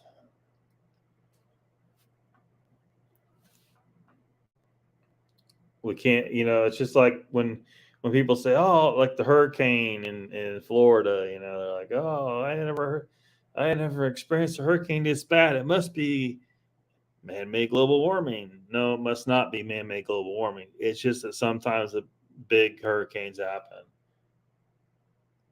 But humans don't. Your life is so short, you don't experience enough to know this, and you think that you only perceive things from what you experience in your short, pointless life. And that's why people need to watch more sci-fi. It helps, but it doesn't help enough. Sci-fi helps you to kind of think, because they try to explore those ideas. How aliens can think in such an alien manner. But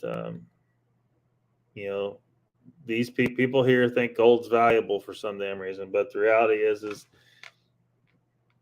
you got the right. You got the technology. You can just spot an asteroid out there that happens to be heavy with gold and have tons and tons and tons of it. You just need a planetary core fragment. Planet blows up somewhere, or a sun, even a sun. And there's chunks of rock out there that is heavy with gold. That would give them way more gold. Some of these chunks probably would have way more gold than if we scoured every inch of the face of the earth, we'd never get that much gold. There's very little gold on the surface of the earth. That's why it's valuable to us. It's rare to us on the surface of the planet. But in reality, in the universe, it's really not that rare. And it can be easily found. They don't need to go subjugate a monkey people on Earth and have them dig up gold. It's ridiculous. It's a ridiculous idea. It's so goddamn ridiculous. I shouldn't be muted anymore. Or I'm just far behind in the chat, I guess. Keyboard without bringing up a block box on my phone. You're not going to believe this, but Cosmic Kitty is live right now. Son of a bitch. Who else thinks what is probably associated with Cosmic Kitty or the trolls of Cosmic Kitty or whatever the fuck nonsense is going on over there? What? Here's the deal. Do not bring up Cosmic Kitty here ever again. If you bring up Cosmic Kitty up here again, I'm gonna know. Okay, this is how I'm gonna know that you are part of that whole troll factory over there. Whatever the fuck, I don't know what the fuck's going on over there. I don't know if Cosmic Kitty is truly being trolled by people or if Cosmic Kitty is the source of all this nonsense. But if you bring up Cosmic Kitty here again, I think that a lot of people here are going to agree that you need to be fucking banned. Because it certainly looks like it to me. Not very subtle there.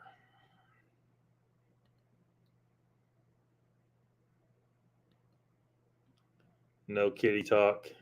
Yeah, this is something's. I'm sensing some bullshit going on here. What's never here, but every time Cosmic Kitty comes up.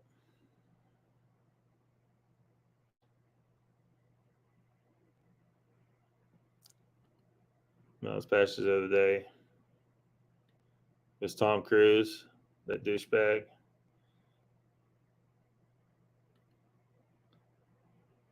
Pulling up a block box. You can hear me, right? Uncle Bone says, Donald Fuller, I suggest you get a good one. Mine is a high-powered Omen gaming laptop. I have heard the fans kick in only once. Plenty of guts to let it run whatever you want in the future.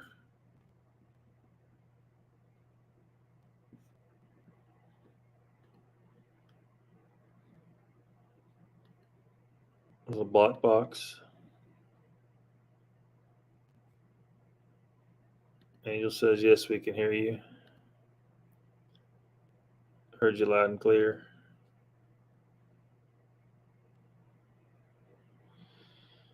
They told, I think, most of it over on Moke's channel.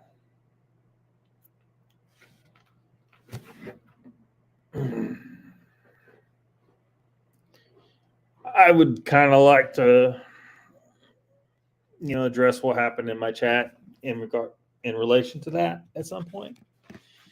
But I need time, and it's going to take a lot of time. I need a staff to do some of this shit. I tell you what, I need a staff to do it. I need some people to do some shit for me.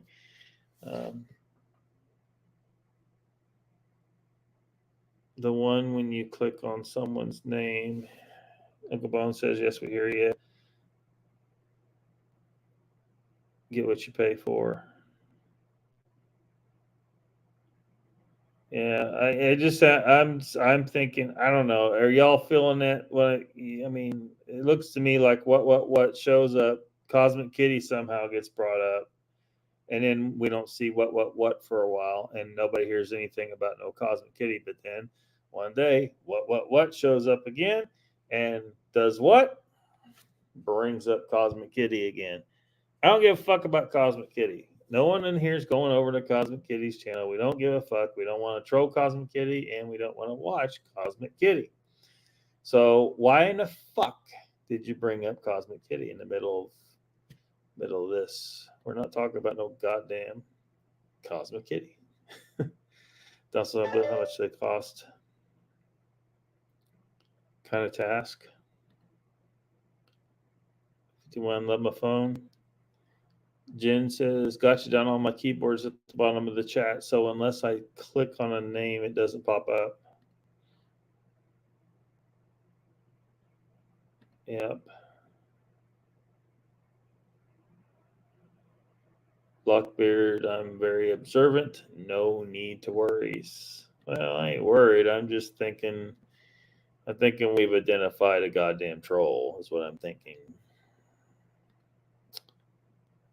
And yeah.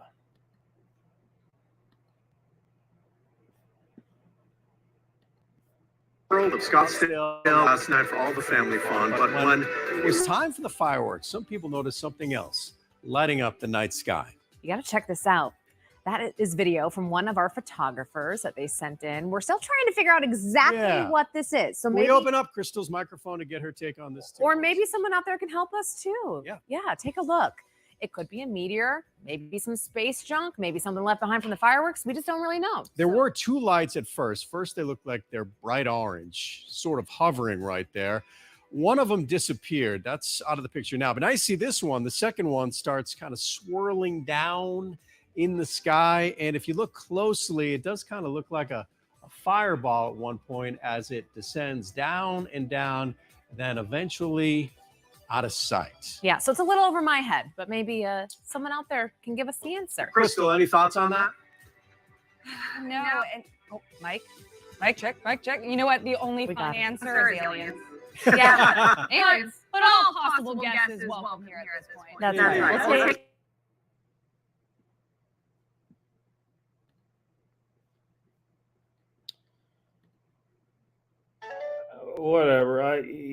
I think last time you were here, we were kind of thinking you were being a troll. So you're not here every time.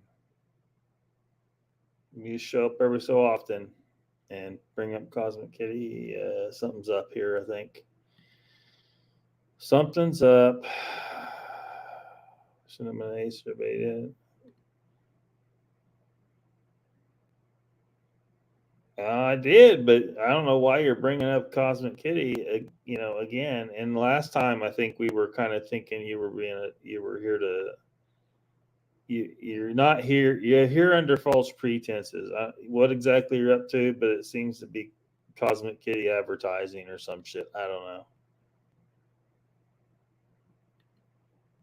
Cosmic Mom.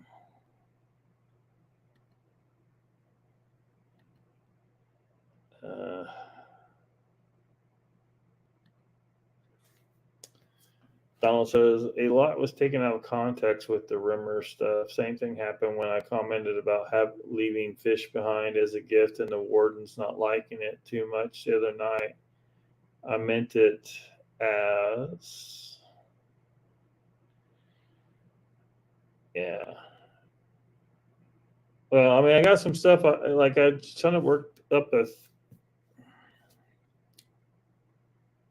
thing to put up about this. I need to be able to find the time to put into it, and it's just I don't know if I'm going to be in a lot of hotels. Of course now it's winter.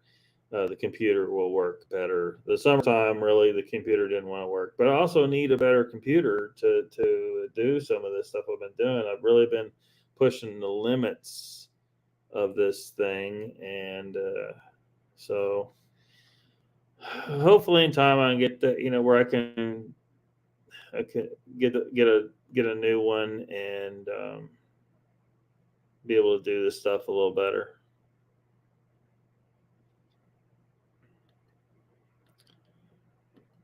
I don't know what I just remember last time you were here, we were kind of thinking you might be up to something. Joke and took issue being a joke. Yeah.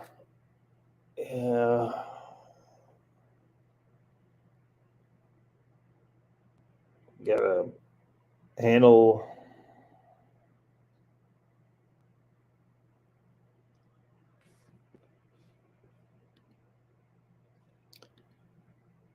Am I still muted? Really?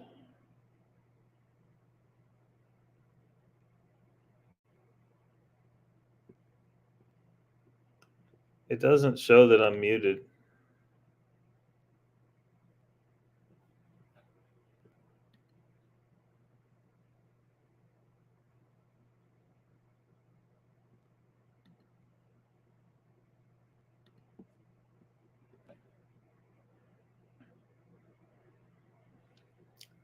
Okay, well, I don't know why Rex said I was muted. I wasn't muted.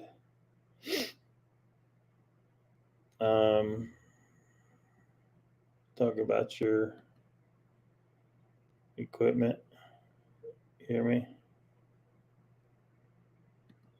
Lil Kilroy says I'm picking up a definite familiar troll script stench. Yeah.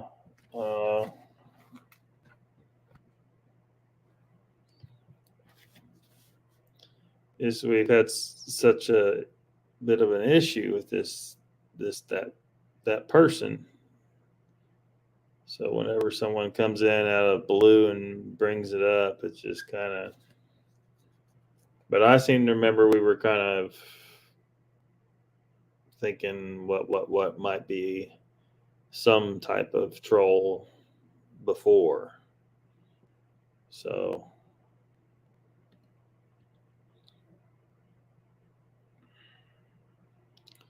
Kind of electronic equipment might you need for a crime scene cleanup? Would I need any kind of sniffer? I know most of the safety gear, respirators, Tyveks, I don't know anything about this. Somebody here know about that stuff? Uncle Bones says, Rex hand, you may need to refresh her back out and come back in. Yeah, I don't know. Everyone else says they can hear me, and it says I got audio, so it's got to be something, a problem on your end at this point.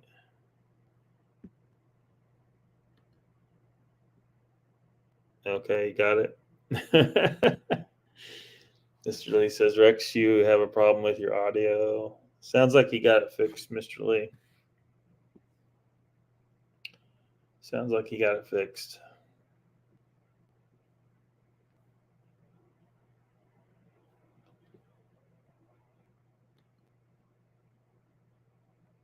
Yeah.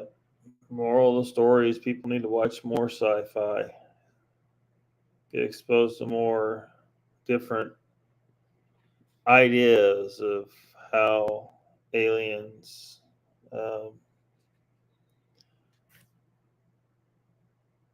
how aliens would be. Well, sci-fi can set you on the wrong course too. Sometimes they can give you ridiculous ideas and stuff, and people just kind of run with it. But I think in general, it's got a positive effect. It's just people want so badly for there to be aliens coming to Earth, and whereas that may be a possibility, but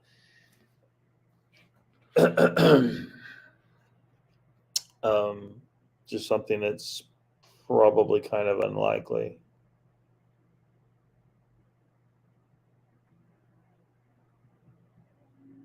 Like you'd have to believe, and you have no reason to believe this, is that we are somehow unique and interesting to somebody out there. We probably aren't. I mean, we're very curious. It's our nature. But what if that isn't a normal thing for intelligent life out in the universe?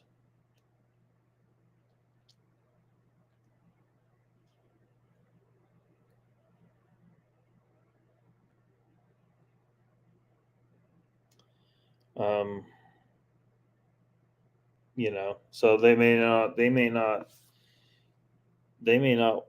even desire to leave their planet.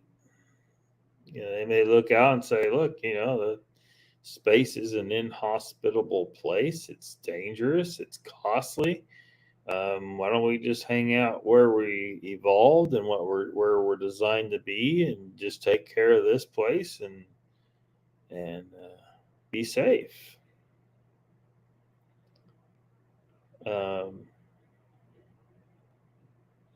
That may be the most prevalent point of view. And even if they are a species that has gone out and explored some, they've probably seen, 100 different intelligent species that are just like us.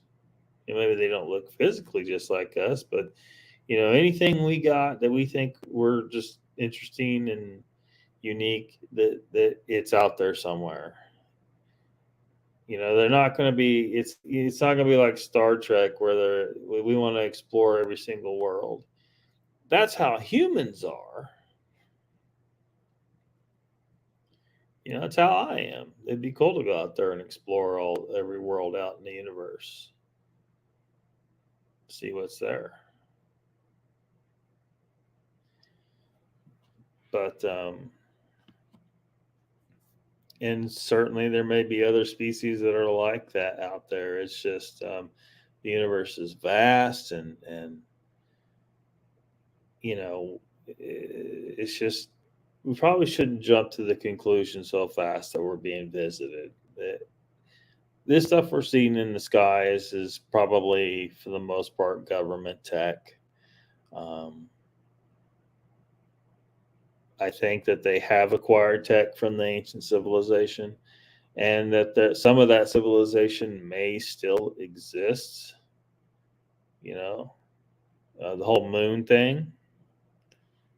I put some of that in the intro to the show because I think there is some merit to that idea that the moon is not a natural moon. It was constructed.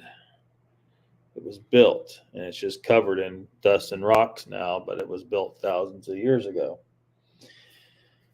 Probably by our ancient ancestors, not aliens.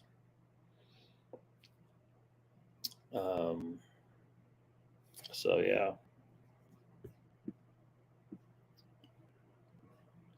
Well, the chat's taking off on me. Try to get new subscribers chance to speak though without thinking they are trolls. I can still tell straight away though. Just saying. I think this one's a troll. It's just, yeah. Donald says, chessboard, I don't have the money to be throwing at a computer right now. I would buy another Acer, just can't afford. Yeah. Everything takes money to do everything. Uncle Bone says, Donald, check out eBay.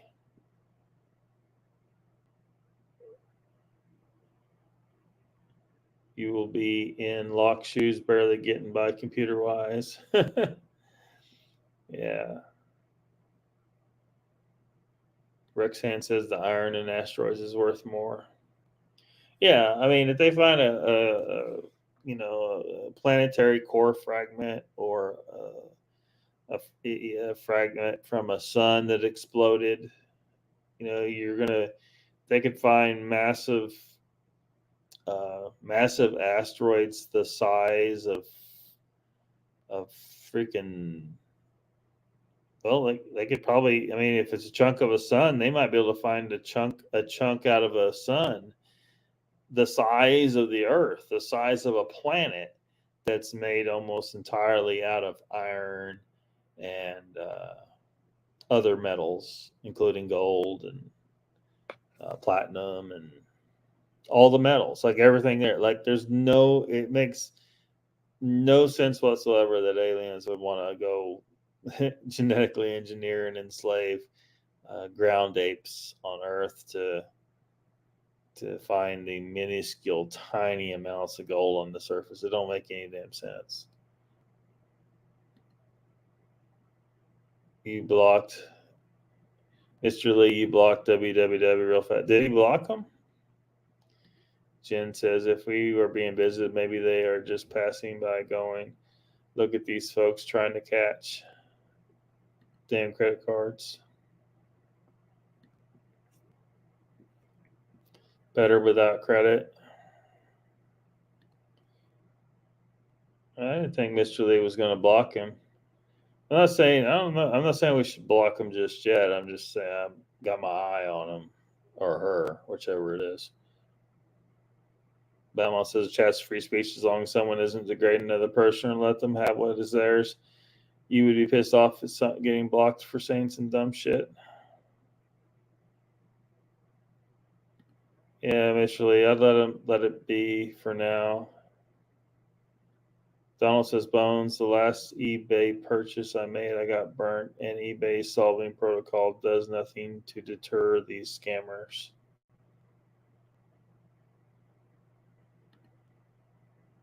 Yeah, Mr. Lee, we need to reel it back. I don't think you need to be blocked just yet. Pointed it out to me.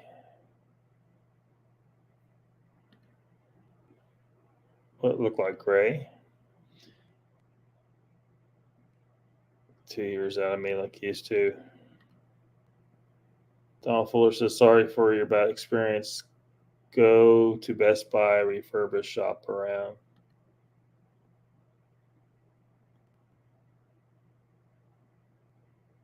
Get a new laptop Wally World in the 1,000 to 1,400 range.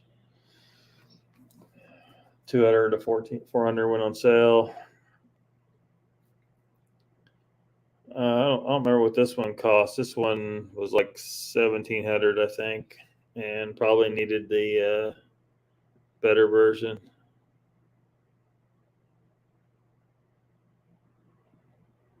Mr. Lee says, "Bat Mom, I think you get on my back a lot. Why is that? Does she?"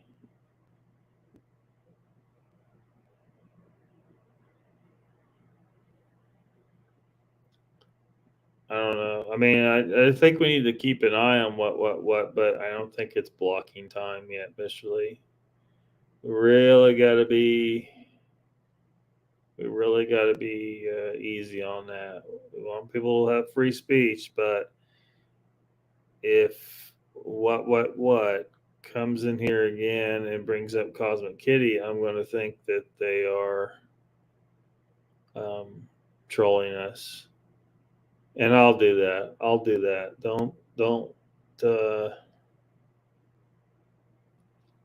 Don't block what. If it's bots and stuff like that, you have at it. But as far as actually blocking someone like that, like it's a real person, I'll handle that.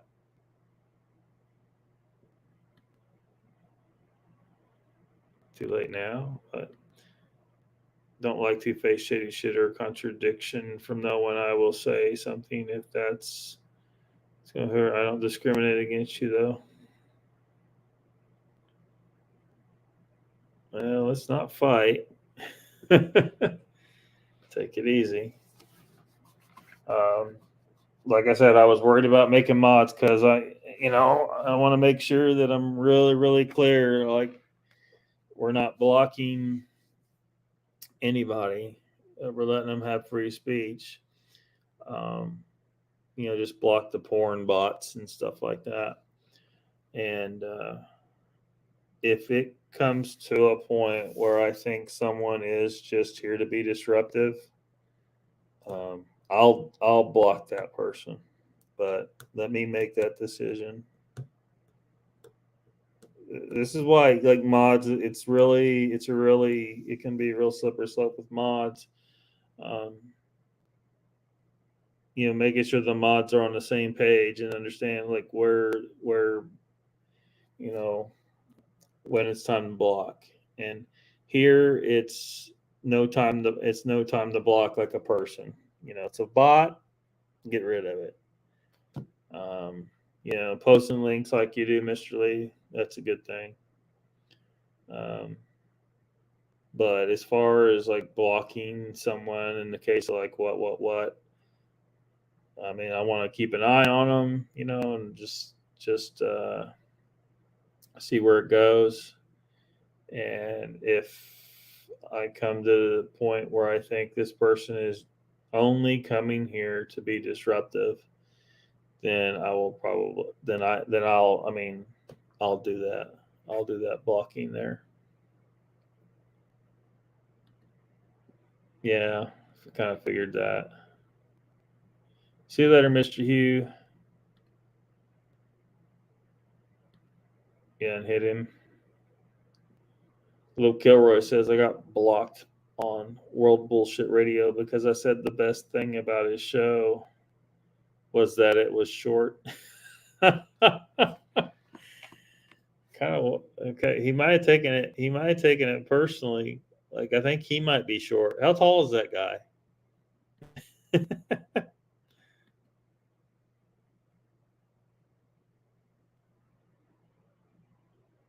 You can't call Glag short these days. Angel says, Donald, keep an eye on Walmart's clearance. I've seen them under $200 for like a laptop, but what are the capabilities of those laptops? So, I mean, at this point, I wouldn't want to go to a different type. And again, there's too much adaptation, and then I'm just too entrenched in the Apple stuff. It took a while to get adapted to it, but I mean, I definitely think it's more. like viruses and stuff, man. All the time problem with that kind of crap. Like on my HP and stuff like that. Man, that's those days are pretty much over. I was all the time having to take laptops to computer stores. Like, dude, I don't know, this thing's fucked, and try to have them fix it and recover it or whatever. This thing, it's a MacBook Air, and the cooling system, like you'd have to like look it up and see. It's pathetic on the MacBook Air. It's far better on the upgraded version, the better version. It's MacBook Pro, I think it's called. That could probably handle the heat a lot better. I mean, ideally, I need to just be in climate controlled conditions with the damn computer, because I'm outside. I'm basically outside all the time. So I'm in the heat, I'm in the cold, in the humidity, rain. I get by just fine. Computer, not so much. They don't like that stuff. They don't like that stuff. Lowrider says, if I was a mod, I'd only block someone that says anything bad about turtles. Donald says, okay, Angel, Uncle Bones, and Chessboard, I'll keep my eye out. Thank you. Miss Lee says, Batmom, if you have a problem with me, spit it out. And she says she just did. Y'all don't fight.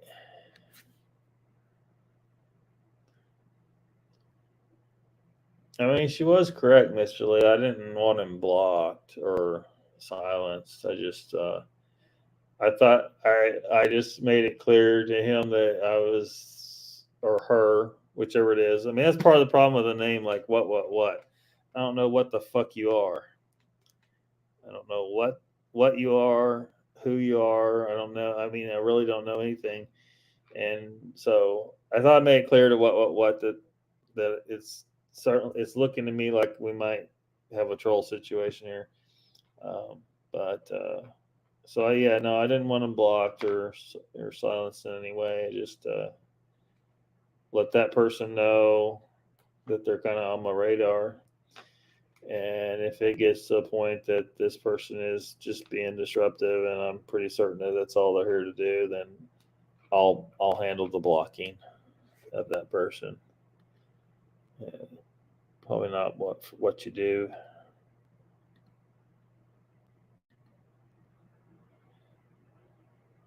She hasn't contacted me.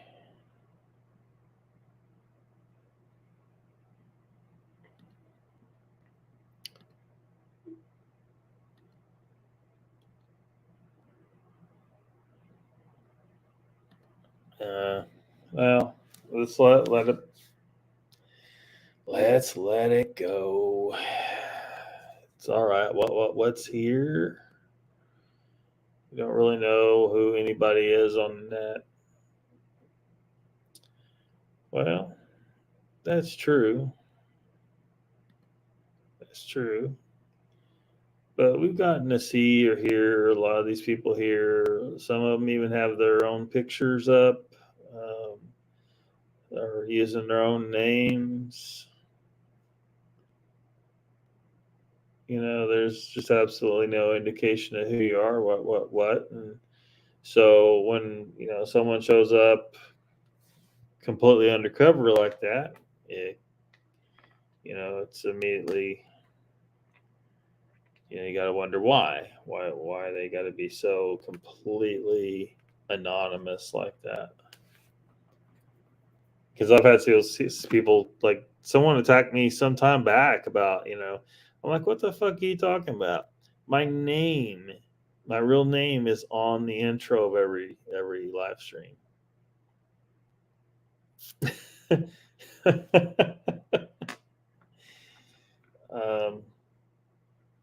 Yeah. Donald says, give B a chance. through Stowe chessboard. Give B a chance. What's that about?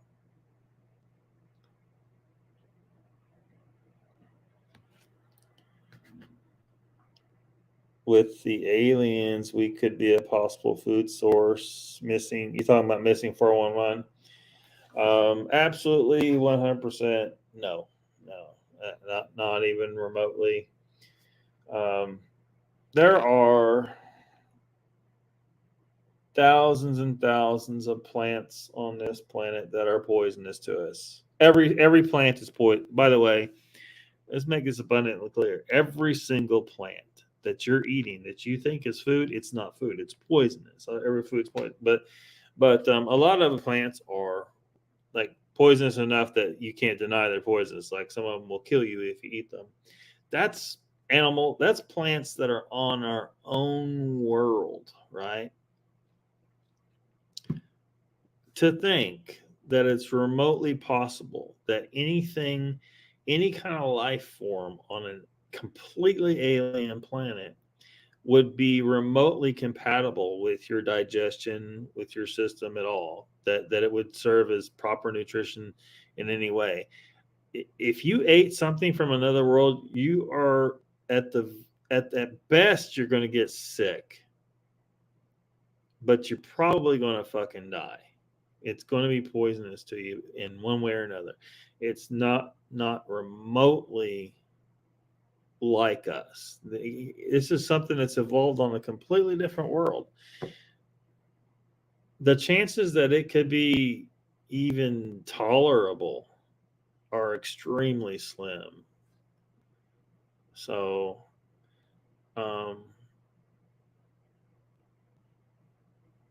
no way. I don't think there's aliens eating us. Short answer. I don't think it's remotely possible. That mom says she don't trust www. Don't get it twisted. Yeah, something's up here, but we got to keep our eye on it.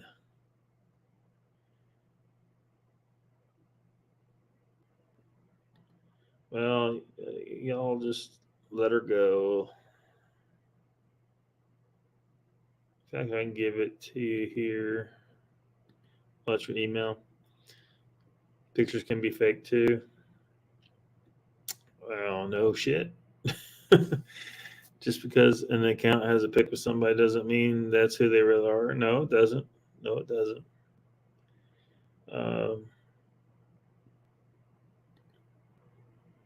Florida delete. Got it. Let me know when you got it. I'll remove chessboard. Good things are happening in chat, says Uncle Bones.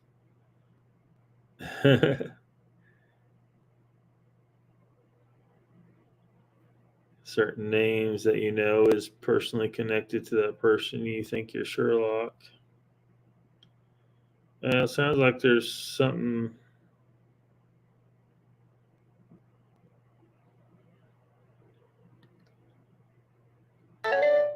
You're like Will Superior. I don't know exactly what that means.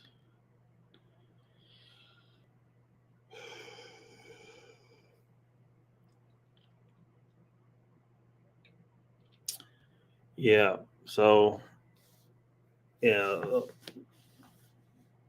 What? Just again, I don't want to block this person at this point. I just was letting this person know that they're kind of on the radar as a possible troll.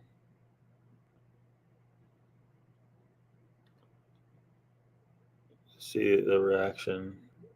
It's not trolling, no. We're definitely getting trolled by somebody connected with this cosmic kitty thing over here. There's definitely some trolling. You do not want to get yourself connected with the trolling from the cosmic kitty thing, because if you are, and I become certain of it, I will block the fuck out of you. because you're just a troll. This Cosmic Kitty thing is a troll. Someone showed up here. This all started a long time ago. Someone showed up here and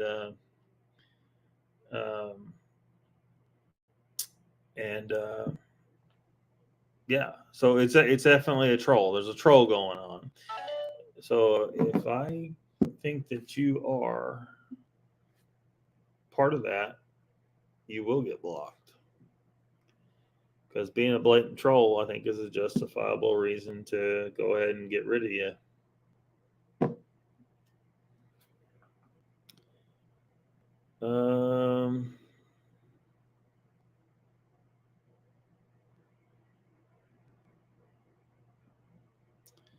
Let's see here.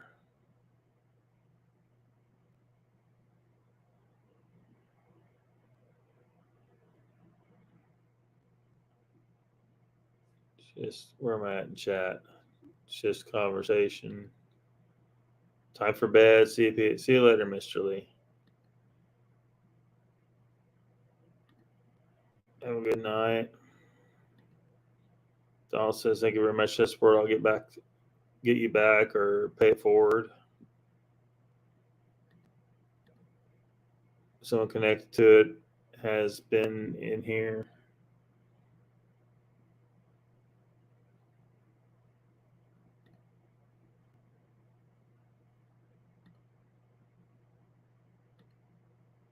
I suggest you don't bring it up again, because something don't smell right here, and yeah.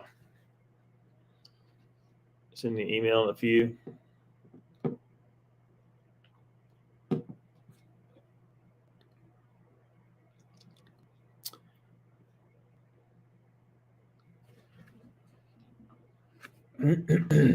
Green Paws is here. Welcome.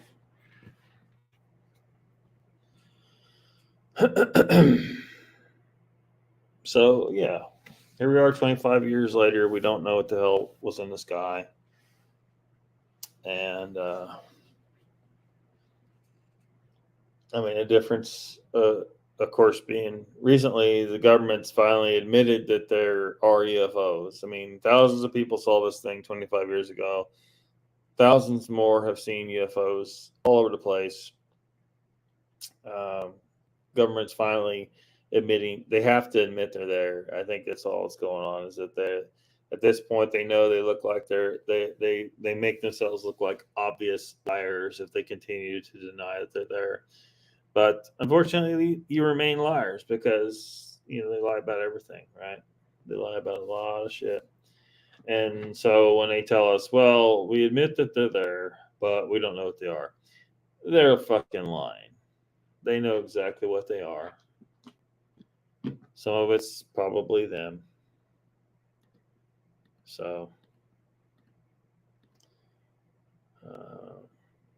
hoping you are having a good night.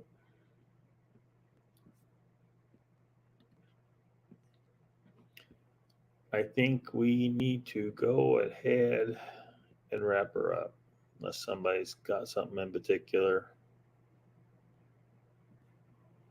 to say. Jesus Christ! Oh, can we try the big silver one again?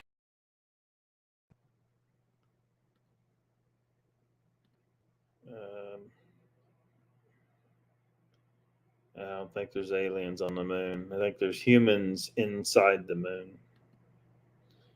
Batmom says, Green Paws congestion because darn kid brought it home. How are you? Aliens already here. I don't think they are. Don says, "And Tic Tac are our technology." Yeah, probably so. Green Paw says that I missed the whole show. Such a Green Paws thing I did. Yeah, he did. Military base. I don't even think. Well, I mean, they may have added one on, but I think the moon was constructed. It was a structure. like made by the ancient civilization long, long ago. And again, in the intro, like you see some artist interpretation of what that may look like, but that's not, of course, we don't know that for certain. But that thing, it's been there for thousands of years. So it was built by a civilization long, long ago.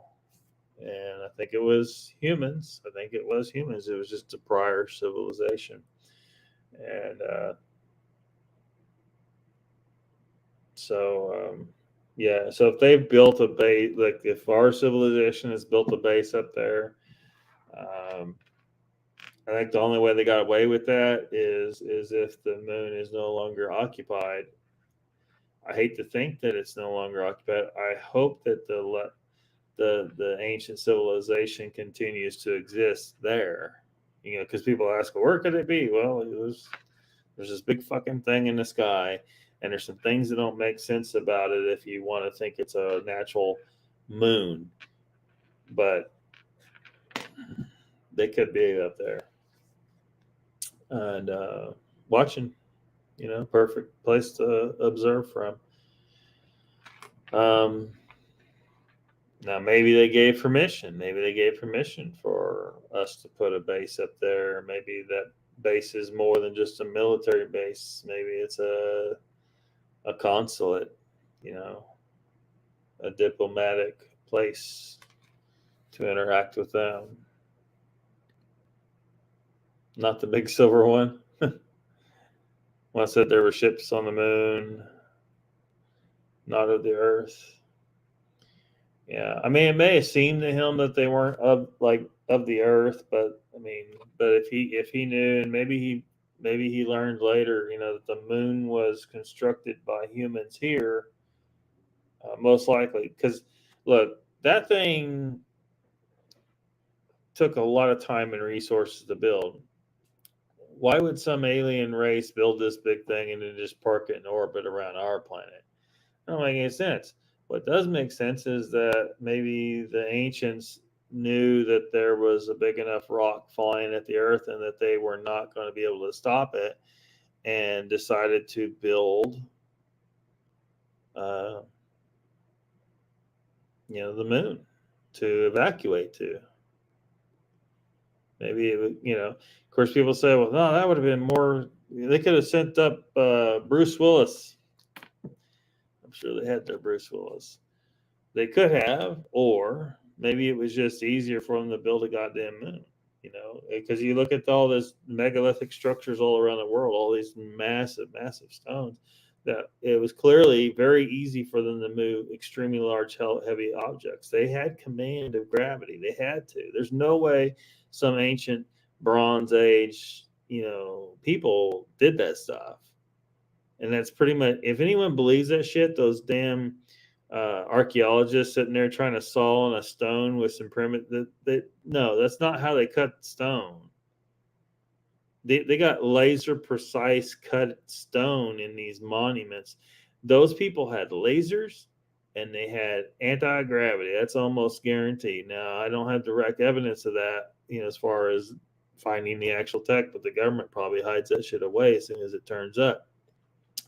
But what we do have is the monuments, because the only way they can get rid of that evidence is by destroying all the monuments. And they do destroy archaeological sites from time to time. It shit happens. They'll cause a war in a region, and then it'll get destroyed, and they'll be like, oh, fuck, it's, these crazy people down here, they tore this thing up, and it was, yeah, whatever. You guys are trying to hide it wherever you can, that there was an ancient, extremely advanced civilization on this planet, and they don't want us to know it for some reason. Probably because they know that if we figure that out, that maybe we'll start looking harder for sites that they haven't found and find some of the technology, and they don't want that to happen. They don't want us to know how goddamn advanced this technology is that they found.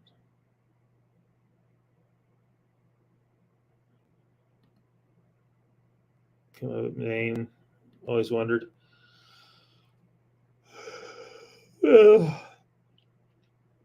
The Pew attacking baby chicken hawk, it's all wrong.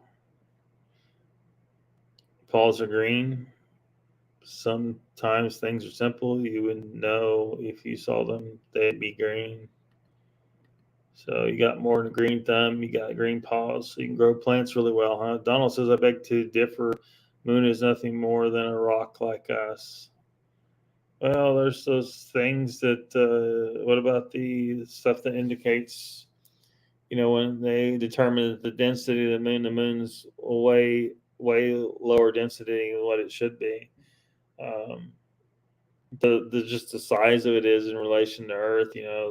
No planet has a moon that is that big in relationship to it.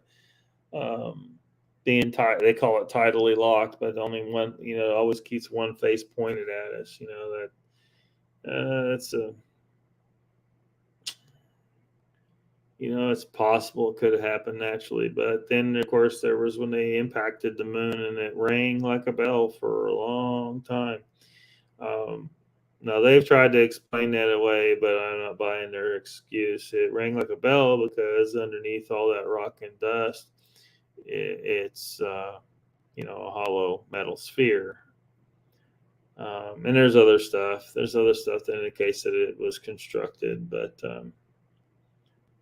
unfortunately, we're not allowed to go up there. They don't want us going up there. I don't know. They would probably just use a satellite for that. So you have to buy plenty of tinfoil. Troy says, you mean there are more intelligent species of human than we currently have now, or extraterrestrials? Yeah, I can't admit to that. There's a problem. What I'm saying is that our civilization is not the greatest human civilization to ever exist. That are the ancient ones. Ancient people had rises and falls in civilization, and it's hard to say, how many times it rose and it fall. Right? We've had probably some false starts, and we've been capable of doing all this shit. Now, like we've had the brain, the capacity to do this for hundreds of thousands of years, and we could have had 10 or 20 civilizations rise and fall in that time, but we know at least one for sure because we got the evidence all over the place. And people just cannot, because they say, oh, well, where's the metal? Well, you don't build out of metal because metal rusts. Nature doesn't like you to make something in a purified, form like that typically. There's a reason why, because it disintegrates and it wants to put it back into the natural circumstances where it's not in a purified form like that. But stone is, stone lasts. And they were able to cut very precisely in extremely large stones that we can't do that. We don't even have the ability to pull that off at this point.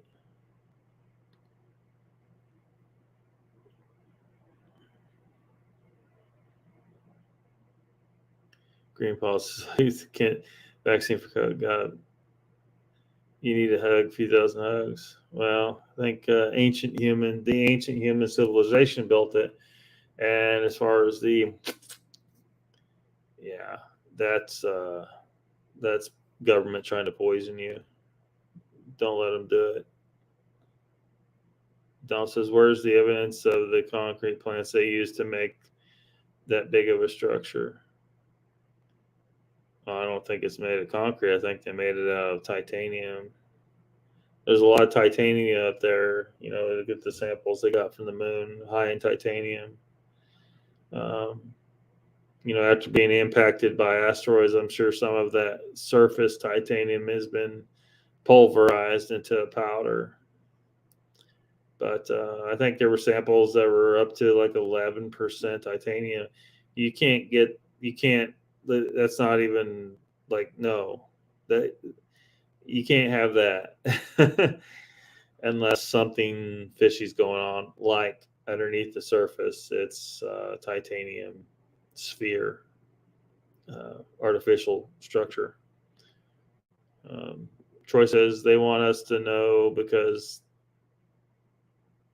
they would fail to be able to control the population. All about control. Yeah, everything's about control. Smelling the trolls? Yeah, smell the trolls. Don't want us to know all these conspiracies on my. Yeah, but there's actual scientific evidence that indicates the moon's hollow. It's not enough to like make people believe and make mainstream science take notice, but they keep trying to explain it away, you know. But the reality is there's like look at something like the craters. You have these wide ass craters, but they're very, very shallow. And there's some uniformity to how shallow all the craters are, no matter how big around they are. None of them go any deeper than a certain point. And, you know, you have to ask, well, why the hell is that? Because it shouldn't be like that. That's not what we see on Earth. So why is it like that on the moon? The only way to explain it is that underneath the surface layer of rocks and dust is an extremely tough surface underneath there. And a titanium ore of some kind, or maybe it's straight up titanium. I don't know, but there's titanium samples from the moon, you know, in the surface material, and the whatever's underneath that surface is clearly extremely tough. Otherwise, the craters wouldn't be the way they are. And if the thing is a hollow metallic sphere, a gigantic constructed moon, well, that would explain why the impact experiment resulted in ringing like a bell for hours. You know, there's a bunch of stuff that adds up to the thing. It pretty much can't be a natural moon. It has to be constructed. You know, it's crazy. Hey, I know it sounds crazy at first, but if you look at all the little bits of evidence we do got, there's no way there's a natural moon up there. That's somebody built that damn thing. And flat earthers are missing out on that. I see you mentioned the flat earth down there. This is my farewell post to all you Lockbeard followers, says Green Paws. He said moon was built. It's a rock. Maybe take advice from people who are experts. Green Paws, go now. I can't follow a guy who says moon was built. Well, look at the evidence. Look at the evidence. Green Paws says humans destroy everything on Earth. Path good weapons. What do you think would happen, Mr. Lockbeard? Oh no. Donald says I believe flat Earth before fake moon. Look into the evidence. Look into the evidence. Who's stopping you from going? Money. Stopping who from going where? Who's stops from going where? Donald Force's email sent by chessboard. Tractor pull to go, mod. Thank you, Lockbeard. Nice folks. See you later, Donald.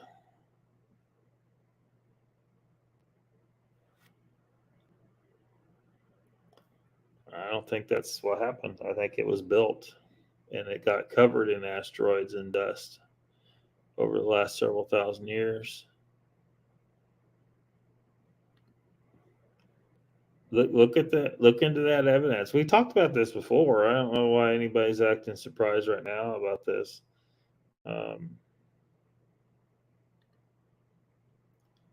Jen says, hey, HS4, what was the name of the app to run the drive?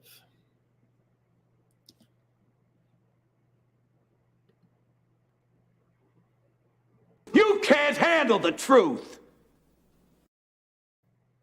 Yeah. You know, it's funny because, you know, people are very resistant to certain things. They just can't wrap their mind, you know. Sometimes reality is stranger than the fiction. and this, I know this particular thing it's hard to believe, but if you look at the bits of evidence we have, and it just adds up to the damn thing was constructed. And, you know, if we were talking about ancient human civilization that had command over gravity, they were able to move these gigantic stones with great ease because they could cancel out gravity around an object. Well, they could have lifted all the material up into orbit to build the thing with ease. No big deal. They see, it's really hard for us to get shit in orbit because we're sticking it on top of a canister full of fuel and blowing it up there, and sometimes we blow shit up and fuck it up and, you know, kill people, and it's just it's a messy, just grueling, expensive load of shit. The ancients wouldn't have had that problem. They may have had their rocket age, I don't know, but there's no way they built all these megalithic structures without command over gravity. So yeah. Jesus Christ. Oh, can we try the big silver one again?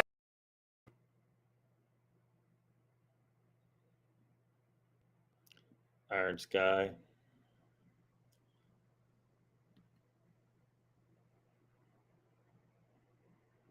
See you later.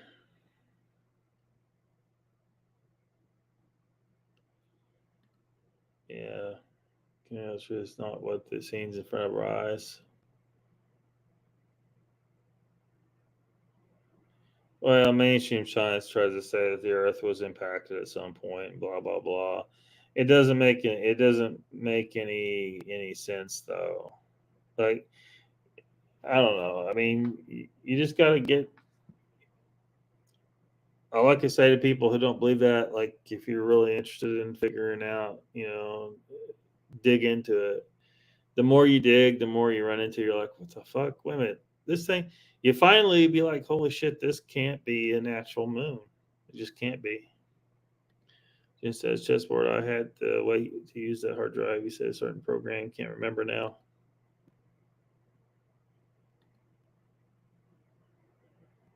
Get Peter. All right, y'all. We went way over time. Be sure to subscribe to my channel if you haven't already, because subscribing makes you feel good. It's a fake.